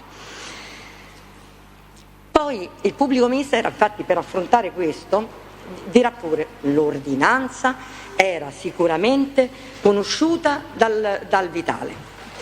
Ma perché? Perché questa è un'ordinanza che era a disposizione di tutti gli uffici di polizia giudiziaria. Era su fonti aperte, quindi la conosceva anche l'ufficio dove lavorava Vitale. Presidente, ancora oggi su fonti aperte non si trova questa ordinanza, comunque. Allora, noi sappiamo che Vitale è a conoscenza del fatto, a luglio del 2018, che forse ci può essere inserito il suo nome. Cosa fa? Avverte immediatamente i suoi superiori, chiede di mettersi a disposizione non solo loro, ma anche dell'autorità giudiziaria. Farà, come perché ce l'è venuto a dire il test Buglioni, farà anche una SOS, ma senza avere in mano l'ordinanza, perché quando si fanno le SOS si fanno unicamente sulla posizione economica di quel dato soggetto, non si danno atti. Ma comunque il 22 novembre si farà interrogare, e questo anche, guardi, contro proprio la nostra volontà, perché non si va di fronte a un pubblico ministero come il dottor Musarò così, al buio. Perché è chiaro che poi ti puoi trovare in difficoltà, anche se, Presidente, io mi sarei meravigliata del contrario, cioè di un interrogatorio ben preciso e dettagliato, perché a quel punto è chiaro che avrei avuto il sospetto. Quello è un interrogatorio di una persona che ha solo una comunicazione giudiziaria in mano e che cerca di farsi interrogare immediatamente contro il volere dei difensori. Perché? Perché è un maresciallo della Guardia di Finanza. Perché un maresciallo della Guardia di Finanza, come dei carabinieri o della polizia, non possono non farsi sentire immediatamente. Questo non è possibile, come non sarà possibile che lui non si sottoponga a interrogatorio, a esame di fronte a voi, ma perché questo è normale, è il modo di lavorare degli appartenenti alle forze dell'ordine.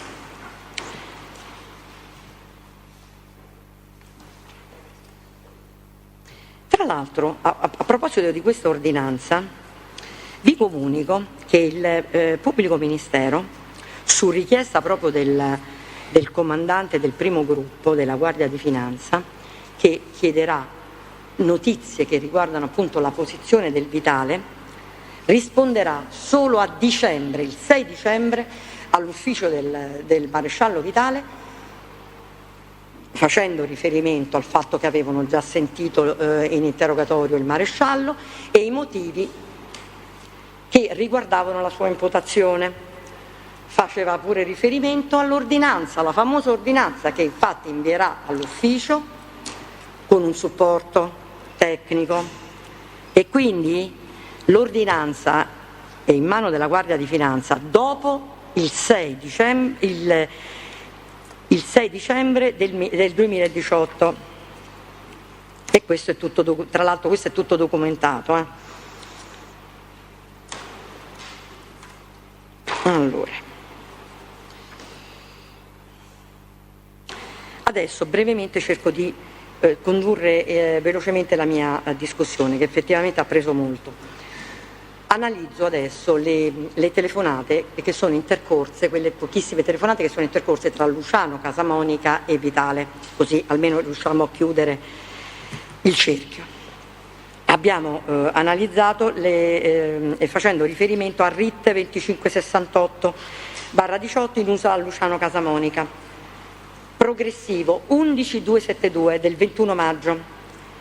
Il PM ritiene questa conversazione molto interessante perché addirittura la definirà simile a quella di Casamonica Consiglio nel 29.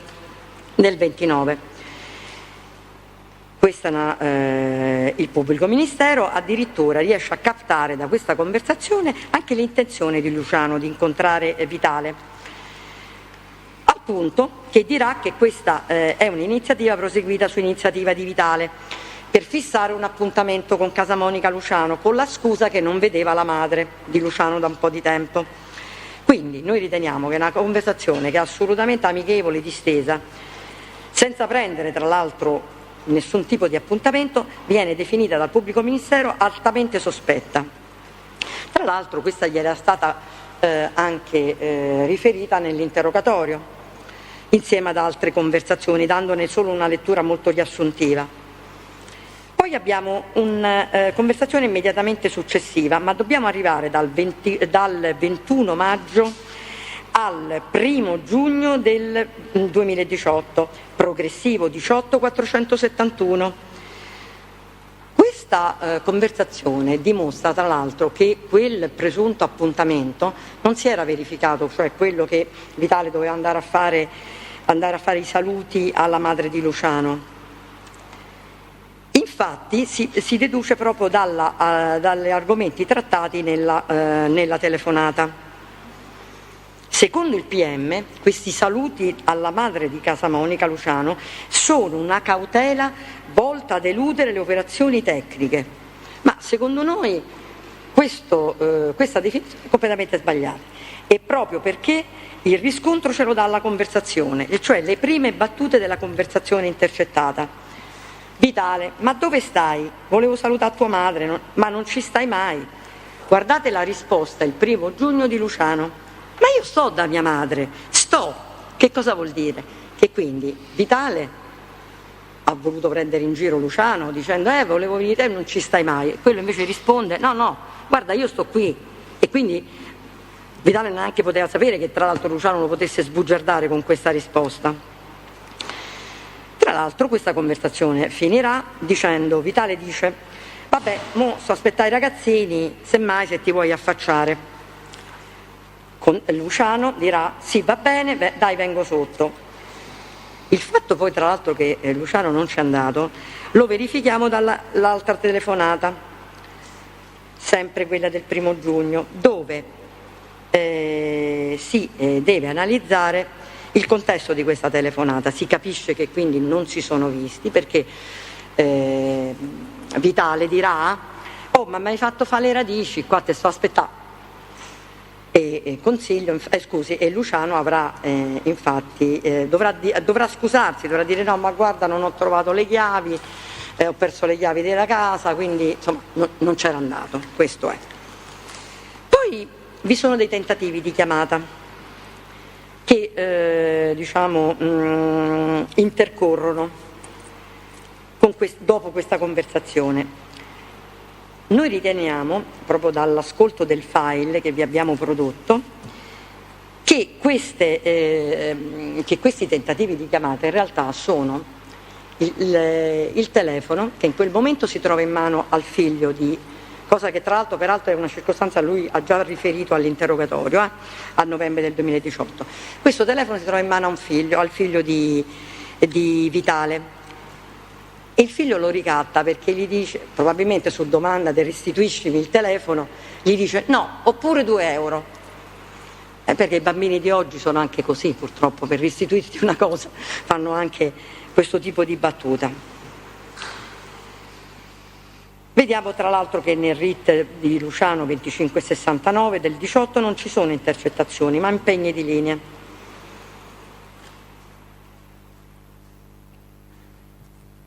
Ovviamente quando lo Iacono riferirà su questi tentativi di chiamata riferirà che il telefono di Vitale ha provato più volte a cercare Luciano. Ma questo perché? Perché il capitano non ha ascoltato la captazione ambientale della voce del bambino e quindi non può considerare questo il momento in cui il telefonino era in mano del bambino e doveva essere restituito al padre. Noi riteniamo che tra l'altro anche queste telefonate, proprio dal tenore di queste telefonate, si esclude una qualsiasi cautela a volte volta ad eludere le operazioni tecniche. Ricordiamo tra l'altro che questa telefonata è stata anche documentata nell'interrogatorio dal Vitale. Infatti il Vitale dirà che poi si sono visti intorno alle 22 e che hanno parlato anche della questione della patente di Aucello, del cognato di Luciano.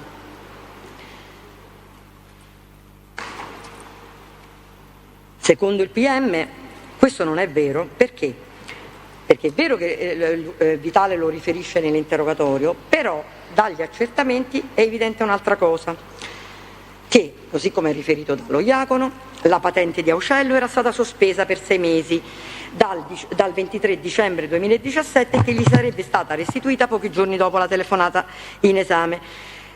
Questa però circostanza è smentita dalla lettura combinata delle intercettazioni. Aucello, in una telefonata con Luciano, dirà: senti, ma sì, me la rilasciano. Avvocato, scusi che è andato via il collegamento. Aspetti un attimo, perché non abbiamo più lo schermo attivo. Eccolo, no, è tornata. Prego. Luciano, il cognato, dirà: guarda, sì, me la rilasciano, ma per 6 mesi, ma te non l'hai capita allora?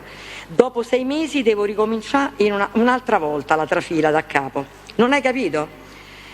A questo punto poi, inspiegabilmente, il pubblico ministero aggiunge: quando Luciano aveva bisogno di un amico per situazioni del genere si rivolgeva al luogotenente De Giovannis e non a Vitale, come risulterà dalla lettura combinata di 2 intercettazioni telefoniche.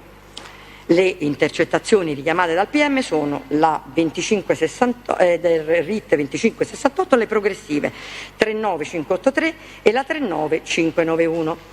La prima è tra Luciano e Romolo Casamonica. L'argomento che viene trattato, tra l'altro, in quel momento a Romolo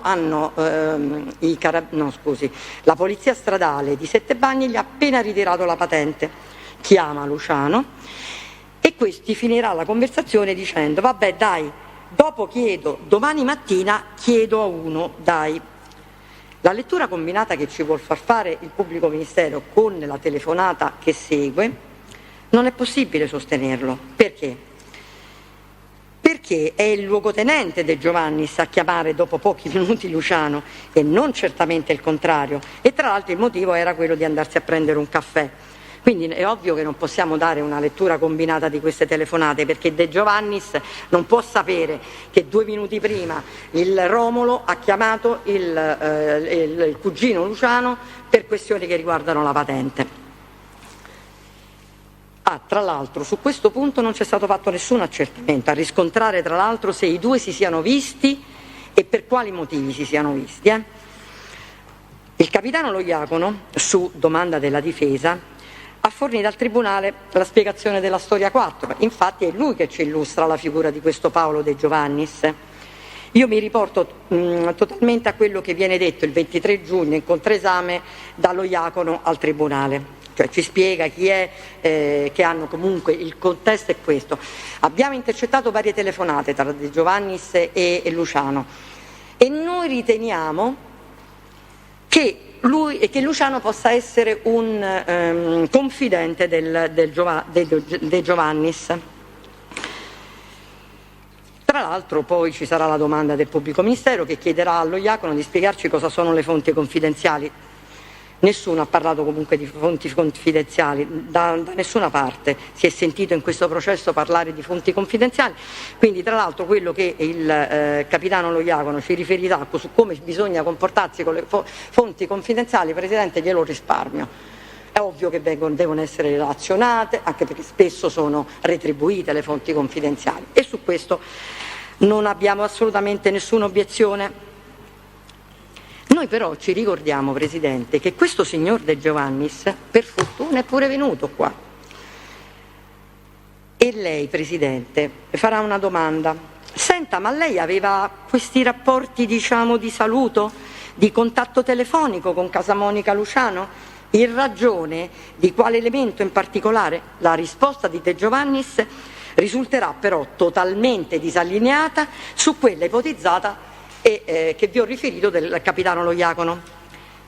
De Giovannis vi dirà: Presidente, i rapporti che ho con altre persone che conosco, altri pregiudicati, voglio dire il lavoro del nucleo operativo, è quello di cercare di attingere notizie, ma da Casamonica Luciano non ho mai avuto, in genere, quando mi ci incontravo, non ho mai ricevuto notizie particolari, cioè non è, come gli posso dire, una fonte confidenziale determinata, e se anche lo fosse, Presidente, Io non glielo direi mai, perché mi posso avvalere dell'articolo 203.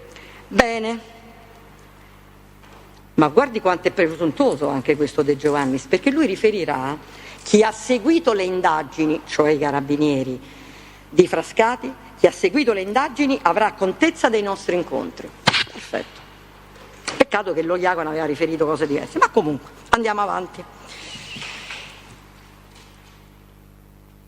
Dobbiamo ricordare una cosa, ritorniamo alla frase: è noi del nucleo operativo ricercare, attingere notizie. Bene, benissimo.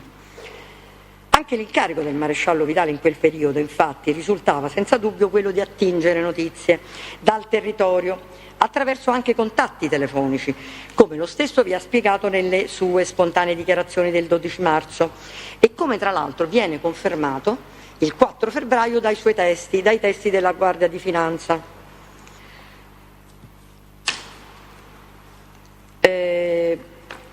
Non vi rileggo tutte le dichiarazioni spontanee del maresciallo Vitale, perché mi sembrano anche un po' troppo lunghe, ma che comunque esprimono questo concetto. Tra l'altro una cosa posso dire, perché lui dirà: il movente investigativo legato alla mia passione di indagare è lo stesso che esprime il maggiore della Guardia di Finanza, Stilian Cortese, teste del pubblico ministero, nel corso dell'udienza del 21 dicembre, quando riferisce all'avvocato Ippolito Atanaso testualmente: tendo a fare le relazioni quando trovo le cose, non quando non le trovo. E questo si ricollega al fatto che non sono sempre un incontro, un'osservazione o un pedinamento che risultano eventi poi forieri di elementi di interesse investigativo, ma che la passione, l'impegno e il sacrificio che ci mettiamo in un'indagine sono rappresentati appieno. Quando lo stesso ufficiale, quindi Cortese, riferisce al Tribunale: ho perso ore della mia vita in cose poi che non sono sfociate in attività investigativa. Questo lo volevo riportare perché mi sembrava molto interessante, tra l'altro e lo possiamo sicuramente adottare per Vitale.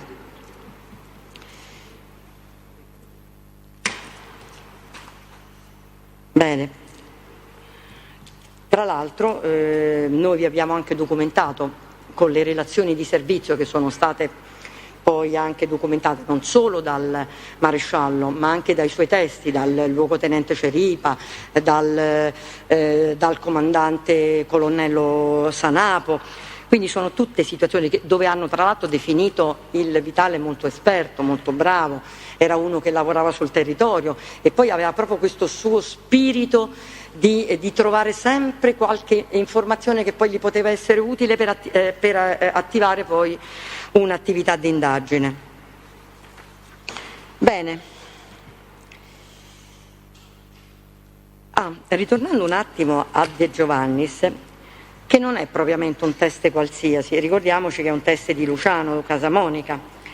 Questo teste conosce molto bene Luciano, perché dirà: Luciano si occupava di sicurezza al Palacavicchi, addirittura ricorda anche l'orario del lavoro e il quanto guadagnava, dalle 21 alle 4-5 di mattina per circa 100-150 euro a serata. Parlerà anche di sua iniziativa che in alcune occasioni di indagini per stupefacenti al Palacavicchi Luciano veniva attenzionato e addirittura lo pedinavano fino a casa, a Pavona. Vedremo che il De Giovannis ci dirà: però su questo noi non abbiamo ritrovato niente di particolare. Lui praticamente faceva il responsabile della sicurezza. De Giovannis però ci riferisce anche: qualche volta è capitato che durante alcuni passaggi che facevamo lì intorno alla Tuscolana l'ho visto vestito da giardiniere.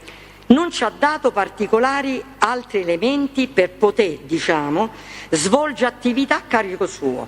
Tramite poi notizie che erano girate abbiamo saputo che lavorava in una società di Buzzi. L'ho visto qualche volta vestito che aveva un furgoncino con degli attrezzi lì a Portafurba. Non ho mai approfondito, Una volta che abbiamo visto che non c'entrava niente, è stato, diciamo, abbandonato. Perfetto, ce lo dice De Giovannis.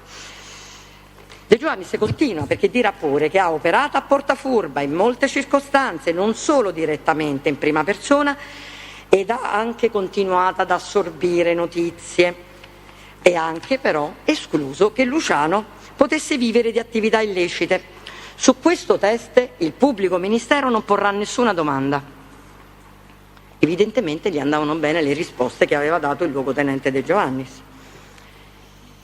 Ricordiamoci che alla fine, Presidente, lei domanderà: ma mi scusi, ma all'epoca dei fatti dove prestava servizio? E lui dirà: prestavo servizio al nucleo operativo di Roma Trastevere, circostanza infatti tra l'altro che noi avevamo trovato nella famosa storia numero 4, quella della Cerreoni, quella dei quadernoni.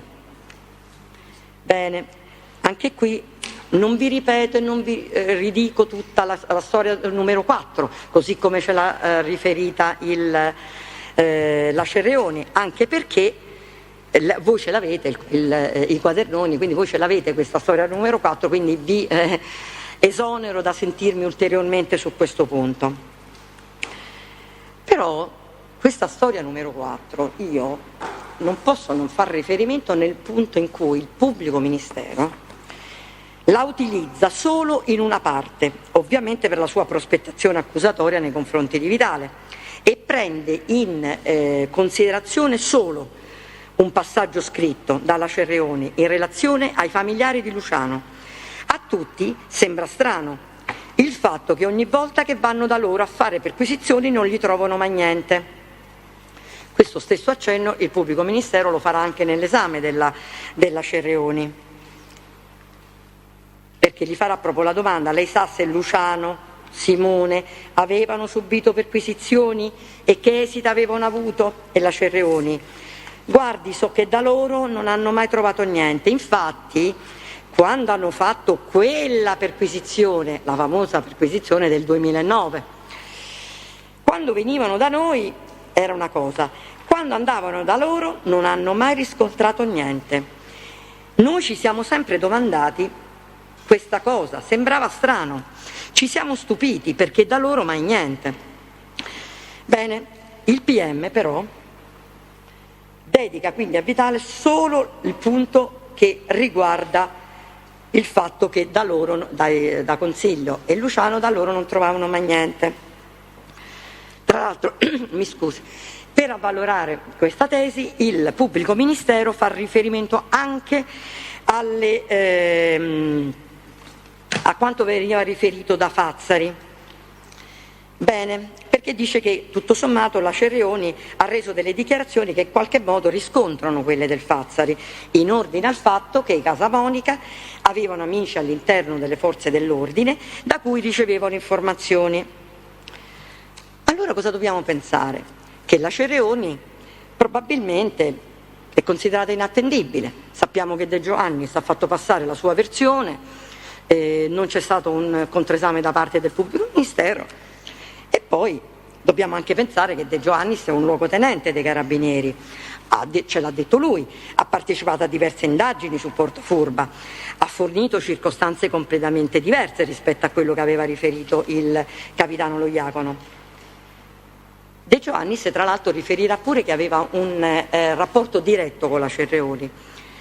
Infatti dirà: la Cerreoni all'epoca in cui avevo contatti con lei non era ancora una collaboratrice, aveva dei problemi in quanto aveva dei figli con Massimiliano. All'epoca so che voleva andare via da Portafurba, e però per un certo tempo si è appoggiata in una villa che io tra l'altro ho visto, dove c'erano i suoi figli e Stefania Casamonica, quindi lui evidentemente ha una conoscenza diretta di questa signora Cerreoni. Vi ho detto che secondo il PM quello detto dalla Cerreoni è riscontrato da Fazzari, e a questo punto non posso non fare un accenno a Fazzari.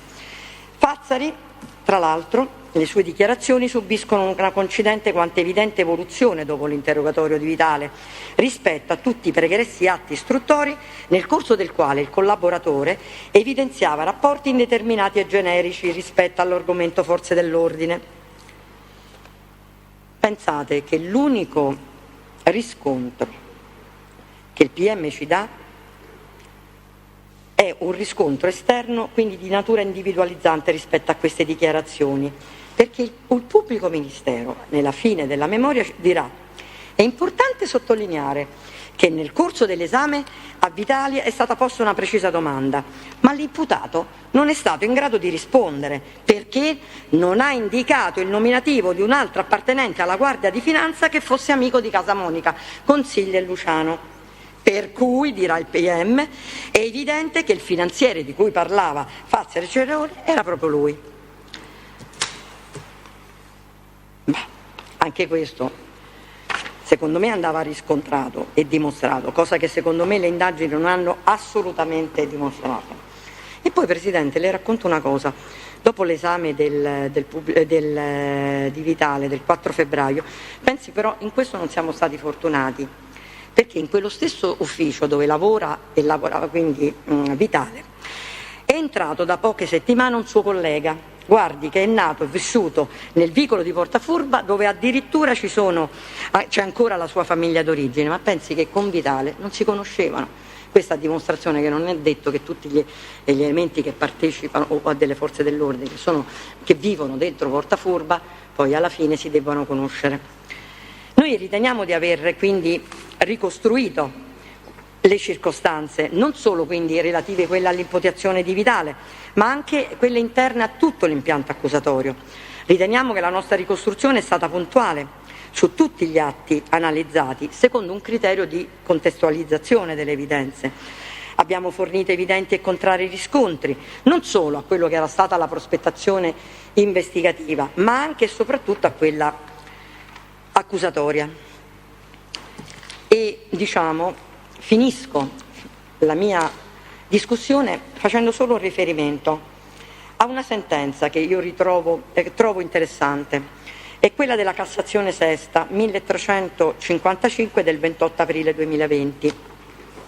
In questa sentenza si dirà: la difesa ha evidenziato ragionevoli ipotesi ricostruttive alternative, non solo ricostruzioni alternative costituenti eventualità remote, ma la fattispecie risulti dell'effettiva realizzazione. Quando sono adottate valide alternative alla ricostruzione dei fatti, è richiesto che il giudice circoscrivi gli elementi confermativi della prospettazione accusatoria e al contempo argomenti perché la tesi della difesa non possa ritenersi credibile, ai sensi del 192. Questo perché il reato risulti provato al di là di ogni ragionevole dubbio. E con questo, Presidente, ho finito, vi ringrazio dell'attenzione. Grazie, Avvocato.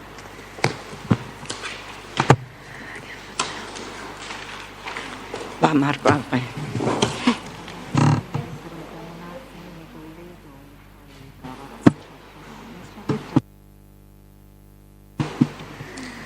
Prego.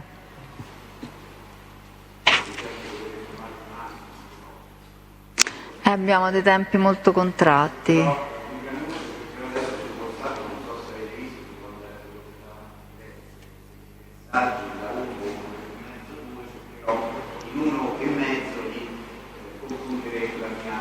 Quanto pensa, Avvocato, di aver bisogno?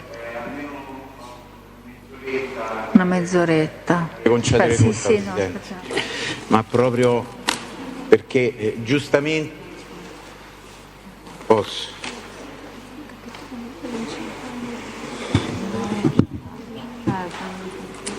No.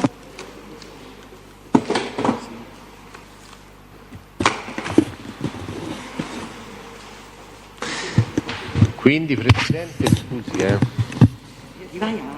ma che mi sentono anche dall'ultimo bar.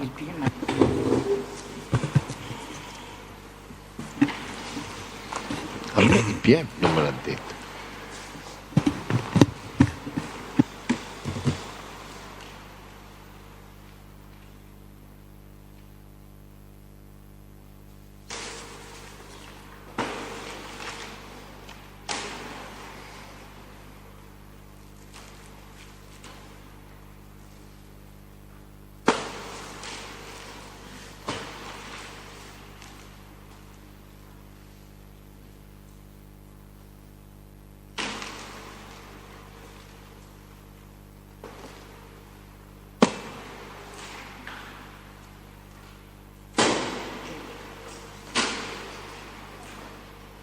scusi un attimo, avvocato. Avvocato Cianferoni, scusi un secondo, si può avvicinare un attimo, un po' più avanti, così la sento meglio. Lei che tipo di difficoltà ha eventualmente a discutere un altro giorno, fermo restando che mi dispiace dell'inconveniente, ma non era mia intenzione, ero convinta che lei fosse avvisato. Per carità, Presidente, non è mai l'inferno è lastricato di buone intenzioni e non è polemica. Fintanto che non ci capiamo tra di noi tre, giudice, PM, difesa, sarà un disastro. Perché io sto cercando una data, bastava lo sapessi anche stamani che ho preso altri impegni, no? Sì. No, perché lei ha detto che è un intervento non lunghissimo, quindi in qualche modo possiamo... Io per un'ora. Sì, no, il problema è che io mi devo collegare alle 3. Non voglio infatti invadere il campo del Tribunale, dicevo che ho preso impegni proprio 2 ore fa. E va bene. Allora, potrei, se il Tribunale me lo accorda, in data 5, perché devo fare l'esame e controesame di un collaboratore di giustizia in videoconferenza dalla saletta 41 qui a Rebibbia. Quando avrò finito, non faccio il prezioso, quando avrò finito mi presenterò. Spero di non dare fastidio ai colleghi, se mi dite chi sono li avviso. Devono discutere in ASO. Bruno Naso, spero che abbia la bontà di... Se altrimenti, se no, Presidente, io dico anche una cosa, ma non voglio attirarmi inimicizia. Io posso anche aspettare stasera, parto stanotte, voglio dire, se la sua lezione dovesse durare, la sua conferenza, non so, fino alle 5, ci rivediamo alle 5. Io ho un treno che mi porta giù in Calabria, guardi, adesso dove domani ho riesame Laurendi Domenico, era un imputato del dottore Musarò. Avvocato, devo controllare veda lei, Presidente. Un attimo, 5 minuti che controllo l'accesso per vedere se finisce. Bene. Prometto novità.